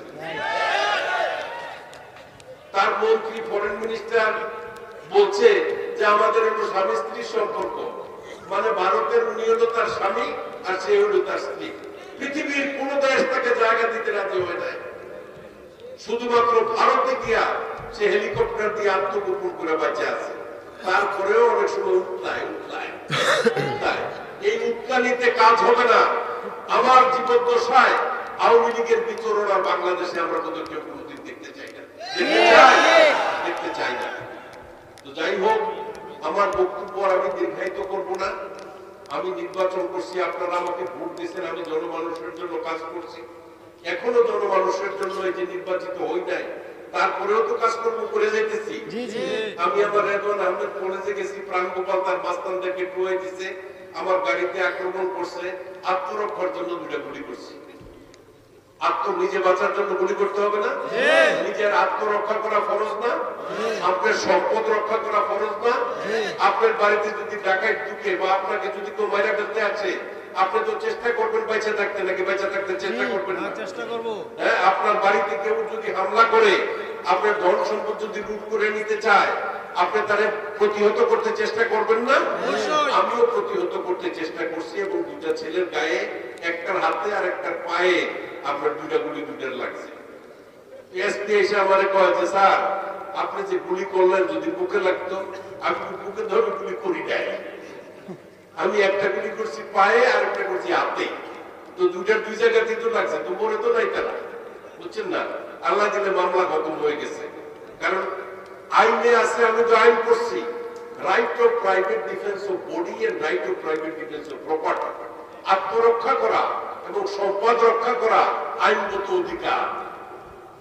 আপনি আপনার সম্পদ বাড়িতে কোন চুর ডাকাইতে আসলে যদি ডাকাতি করতে ঢুকে, তারা যদি আপনি বুক দিয়ে মারা রান্নার বিস্তারিত না, বুঝছেন কথাটা? আপনার সম্পদ আপনার রক্ষা করার অধিকার আছে। যেমন ইসলামে বলছে যে আত্মরক্ষা করা ফরজ, আইনেও বলছে আত্মরক্ষা করার আপনার অধিকার আছে, সম্পদ রক্ষা করার অধিকার আছে। আপনি আপনার সম্পদ এবং আত্মরক্ষার জন্য আপনি যে কোনো কিছু করতে পারেন। তো আমিও সেটাই করছি। বিভিন্ন জায়গায় বিভিন্ন লোক বলে যে গুলি না করলেও পারতো। আরে বাবা, গুলি না করলে তো মেরে নিত, আপনাকে সামনে কথা বলতে পারতাম না। আপনারা ভাইরাল ভিডিওটা দেখছেন না? আমার উপরে কেমন আক্রমণ করছিল, দেখছেন তো? না দেখছেন না? অনেকেই আপনারা ভাইরাল ভিডিওটা দেখছেন। আমি যদি গুলি না করতাম তাহলে আমি ওইখান থেকে বাইরে যেতে পারতাম না। এবং বাইরে কিন্তু আমি পলায় যাই নাই, আমি থানায় গেছি, থানায় গিয়ে করছি যে আইনগত ভাবে আমি গুলি করছি, আমার জিডিটা করো। এরা জিডি না করে আমার জেলখানায় পাঠাইতেছে। তো একটা মাস হাজত কাটছি, একটা মাস হাজত কাটার পরে বাইরে হয়েছি, জামিনে বাইরে হয়েছি। ওরা দেখছে যে না, উনি তো নিচে বাঁচার জন্য উনি গুলি করছে, সুতরাং ওনারা জামিন দিয়ে নেই, জেলা জজ আমার জামিন দিয়ে দিচ্ছে, এটা করছে। তো আপনারা আমার জন্য দোয়া করেন। এখন এই যে অন্তর্বর্তীকালীন সরকার আছে, এই অন্তর্বর্তীকালীন সরকারের যে স্থানীয় সরকার উপদেষ্টা আছে হাসান আরিফ, অ্যাটর্নি জেনারেল ছিল, উনি আমার হাইকোর্টে যখন আমি ওনার সেশনে এমপি হওয়ার আগে যাওয়া আসা করতাম উকিল হিসাবে, তখন থেকে উনি আমাকে চিনেন। এখনো আমি যাওয়ার পরে বলেছে, তোমার এখানে যত ডেভেলপমেন্টের কাজ, রাস্তাঘাটের কাম কাজ থাকলে আমি যতদিন আছে তুমি কাম লয়ে যাও, যা নিতে পারো লয়ে যাও। এইটুকু সম্পর্ক কি বাংলাদেশের কারো আছে? আমার চাঁদিনার কারোর সাথে, হাসান আরিফের সাথে এরকম সম্পর্ক আছে? হ্যাঁ। আসিফ নজরুল সাহেব, আমি যে ল ডিপার্টমেন্টে পড়ছি, উনি যে আইন উপদেষ্টা, আইন মন্ত্রীর মর্যাদায়, উনিও আমার ডিপার্টমেন্টের, আমার 10 বছরের জন্য উনি হলো 10ম ব্যাচের, আমি হলাম বাংলাদেশের প্রথম ব্যাচ। আমি ইউনিভার্সিটিতে ভর্তি হয়েছি আজকের থেকে 54 বছর আগে। বুঝছেন কথাটা? 54 বছর আগে। তো আমার বয়স তো অনেক হয়েছে, আমার বয়সও কিন্তু 73 হয়ে গেছে। মৌলানা খানের বয়স কিন্তু এত হয় নাই, উনি কিন্তু 50 থেকে 60-এর মাঝে, 53 বছর বয়স। এর থেকে আমি 2 বছরের বড়। আপনার কথা কেন করছে? বুঝছেন? এই তো আমার এই কাছাকাছি বয়স হইব আমার, আমার তো বড় হইব তো। আমাদের কাছে আমরা তো একটু বড় আছে। হ্যাঁ, আমার তো একটু বড় আছে। আমরা অনেক কিছু জানি, আমরা অনেক কিছু জানি। তবে আমি একটা অনুরোধ আপনাদেরকে করব, এই মসজিদের জন্য উনি ক্যাম্পেইন করতেছেন, আমি তো বেশি দিতে পারবো না, আমি 50,000 টাকা দিয়ে দিব। আলহামদুলিল্লাহ। খুশি আছেন তো? আমার লেগে নামাজ পড়ে দোয়া করতেন তো মসজিদে? আচ্ছা। কারণ মাওলানা সাহেবের একটা দেখলাম যে উনি বোধহয় সবাইরই কিছু না কিছু আপনার দান করার জন্য অনুরোধ করছেন, করেন নাই? আপনারা যারা যারা আছেন সবাই 2 টাকা পারেন, 5 টাকা পারেন, 10 টাকা পারেন, যা পারেন। আপনারা 1 প্যাকেট সিগারেট কিনে নেন, অনেকে বাজারে গিয়া মসজিদ বাজারও বেনসিন হেজেজার গিয়া সিগারেট পাওয়া যায়, কি জানি 5 টাইপ সিগারেট পাওয়া যায়, আর কত দামি সিগারেট পাওয়া যায়। অনেকেই আছে এই দামি সিগারেট কিন্তু এনে খান, কিন্তু দামি সিগারেট 1 প্যাকেট না খাইয়ে অন্তত টাকাটা মসজিদে দিয়ে মসজিদ পায়, এগুলো পাইল না। কারণ আমাদের দেশে এই মুসলমান প্রধান দেশ, এই ভারতের থেকে অনেকটা অ্যাডভার্টাইজ শুরু করছে হিন্দুরা, কয় যে আমরা সনাতন ধর্মের উপরে অত্যাচার চলে। আমার চাঁদিনায় কি কোনো করে মন্দিরের উপরে অত্যাচার হয়েছে? মন্দিরের উপরে অত্যাচার হয় নাই। তারা বলতেছে যে আপনারা যদি অত্যাচার করার মানসিকতা না থাকে তাহলে করে পাহারা দিয়ে রাখেন কেন?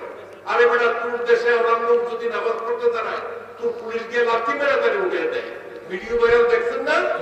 ভারতে ঠিকভাবে মুসলমানরা তাদের ধর্ম প্রচার করতে পারে না, কিন্তু আমরা আমাদের দেশে এই যে হিন্দুদেরকে পাহারা দিয়া তাদেরকে পূজা করতে দিই। আমি আমার দলের থেকে ভলান্টিয়ার দিচ্ছি যে কোনো জায়গাতে যাতে এটা না হয়। কারণ এই যে আমার ওই যে কি জানি, এই যে প্রেসিডেন্টের জানি নাম জানি, এই যে আমেরিকার ডোনাল্ড ট্রাম্প, আগে একবার প্রেসিডেন্ট ছিল, সে তো ভালো মানুষ না, কিন্তু তারপরেও ওই দেশের মানুষ শ্বেতাঙ্গ বলে তারে প্রেসিডেন্ট বানায় দিচ্ছে। কিন্তু এই প্রেসিডেন্ট হয়েছে বলে আওয়ামী লীগের উল্লাস করার কোনো কারণ নাই। আমেরিকার একটা ফরেন পলিসি আছে, এই ফরেন পলিসির বাইরে কোনোভাবেই আমেরিকা যেতে পারবে না। ঠিক বুঝছেন না? আমেরিকা চাইলে তো 15 বছরে এখানে অ্যাম্বাসেডর থেকে অনেক কিছুই করতে পারতো, করতে তো পারে নাই। ছাত্র জনতা এবং এই দেশের মানুষ আন্দোলন করছে, শেখ হাসিনার পতন হয়েছে, এই দেশ ছেড়ে পলাইতে হয়েছে, তাই না? আমাদের দেশের উপরে যদি কোন রকম হস্তক্ষেপ ভারত করতে চায়, তাহলে কিন্তু আমরা আমাদের স্বাধীনতা রক্ষা করার জন্য চীনও আমাদের পক্ষে থাকবে, চিন্তা কথাটা আমগো 3 দিকে তারা, কিন্তু তাগো সাইড দিকে কিন্তু চায়না আর পাকিস্তান। সুতরাং তাদের সাথে বন্ধুত্ব সৃষ্টি করে আমরা যদি ক্ষমতায় আসি, আমাদের দেশের সার্বভৌমত্ব, স্বাধীনতা সবকিছু রক্ষা করতে চেষ্টা করব।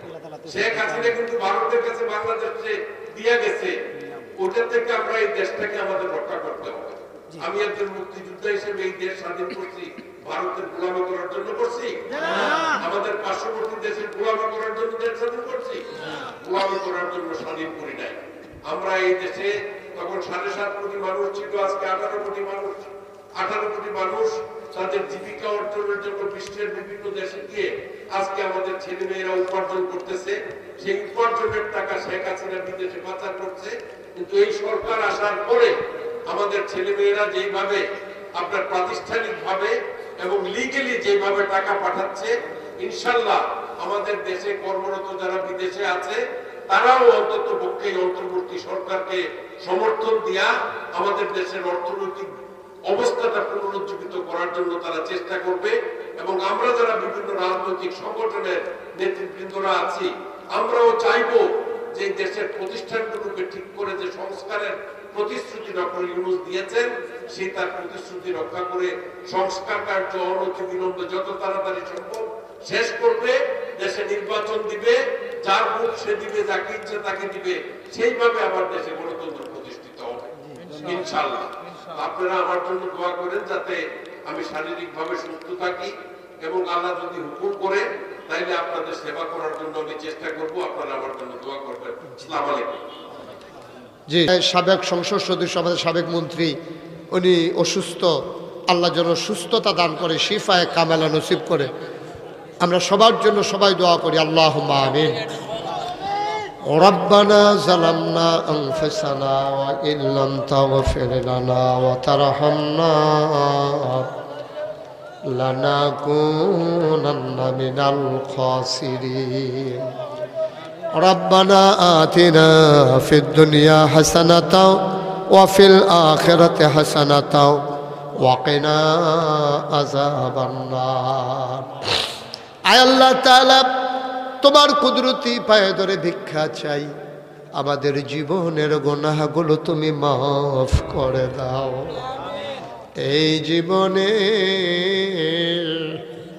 আমরা আর গুনাহ করব না। হাতের গুনাহ মাফ চাই, পায়ের গুনাহ মাফ চাই, চোখের গুনাহ মাফ চাই, মুখের গুনাহ মাফ চাই, সমস্ত অঙ্গ প্রত্যঙ্গের গুনাহ মাফ চাই।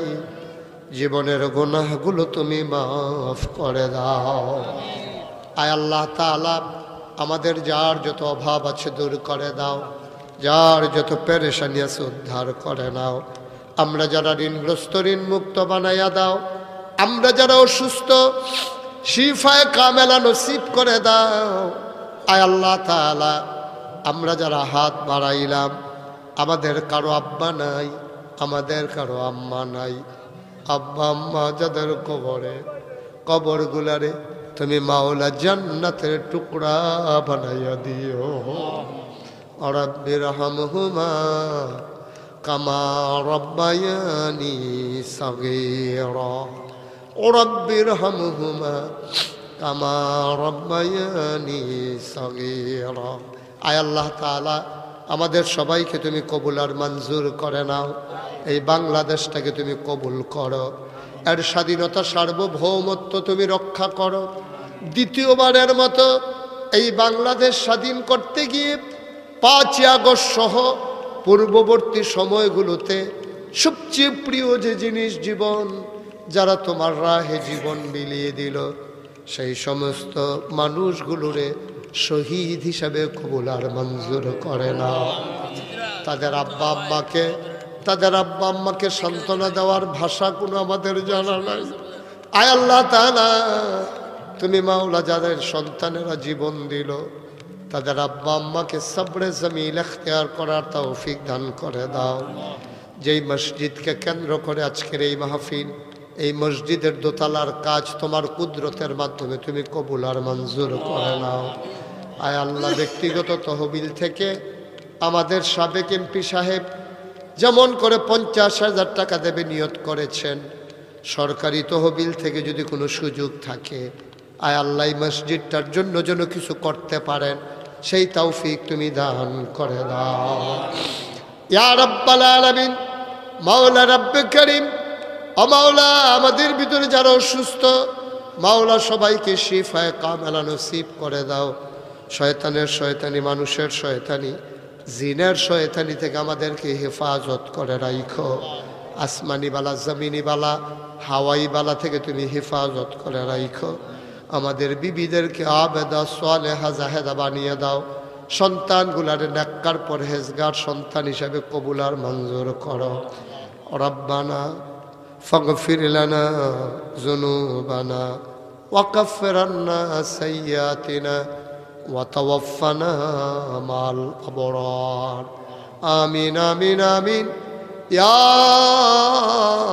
رب العالمين হায়াত যেদিন শেষ হয়ে যাবে, রুহু যেদিন গলার মাঝামাঝি আটকে যাবে, ওই কঠিন মুসিবতের সময় তুমি রাজি থেকে তোমার হাবিবকে রাজি রেখে আমাদের কণ্ঠে ওই মধুর কলেমা তুমি জারি করে দিও লা ইলাহা ইল্লাল্লাহু মুহাম্মাদুর রাসূলুল্লাহ সাল্লাল্লাহু আলাইহি ওয়াসাল্লাম। আসসালামু আলাইকুম।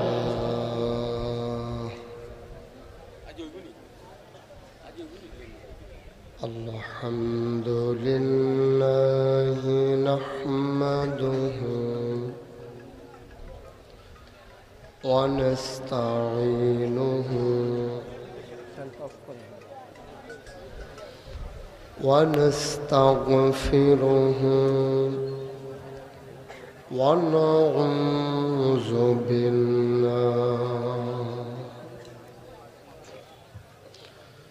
ونعوذ بالله من شرور أنفسنا ومن سيئات أعمالنا من يهد الله فلا مضل له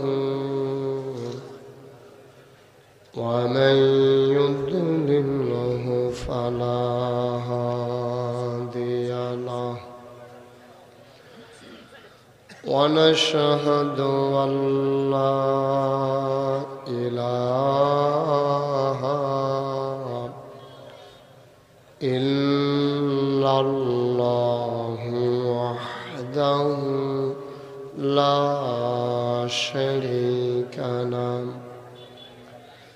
ونشهد أن سيدنا وحبيبنا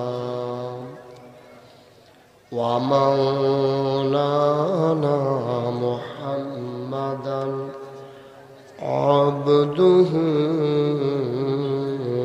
ورسوله الذي أرسله بالحق بشيرا ونذيرا وداعيا إلى الله بإذنه وسراجا منيرا قال الله تعالى في القرآن المجيد وفي فرقانه الحميد সবাই পড়ুন أعوذ بالله من الشيطان الرجيم بسم الله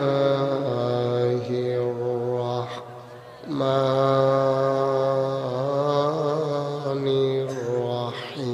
الرحيم إن الله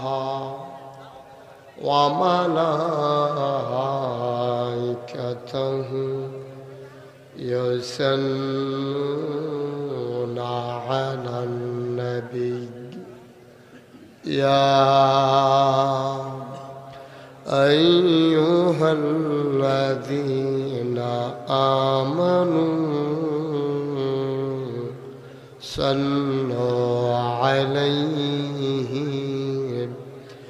وسلموا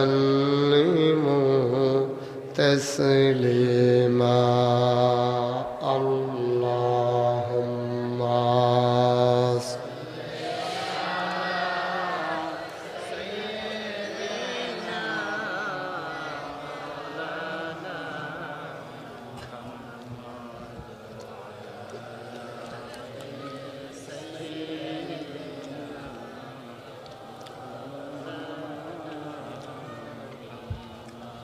জোরের সুরে মহাব্বতের সাথে গলা ছেড়ে দিয়ে পড়ুন আল্লাহুম্মা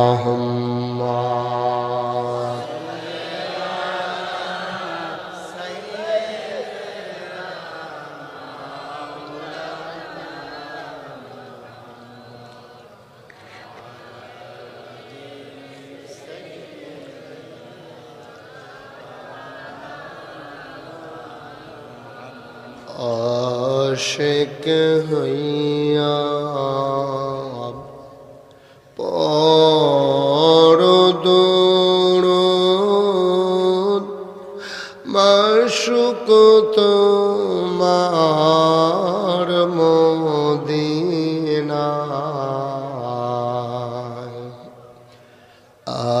আশিক হইয়া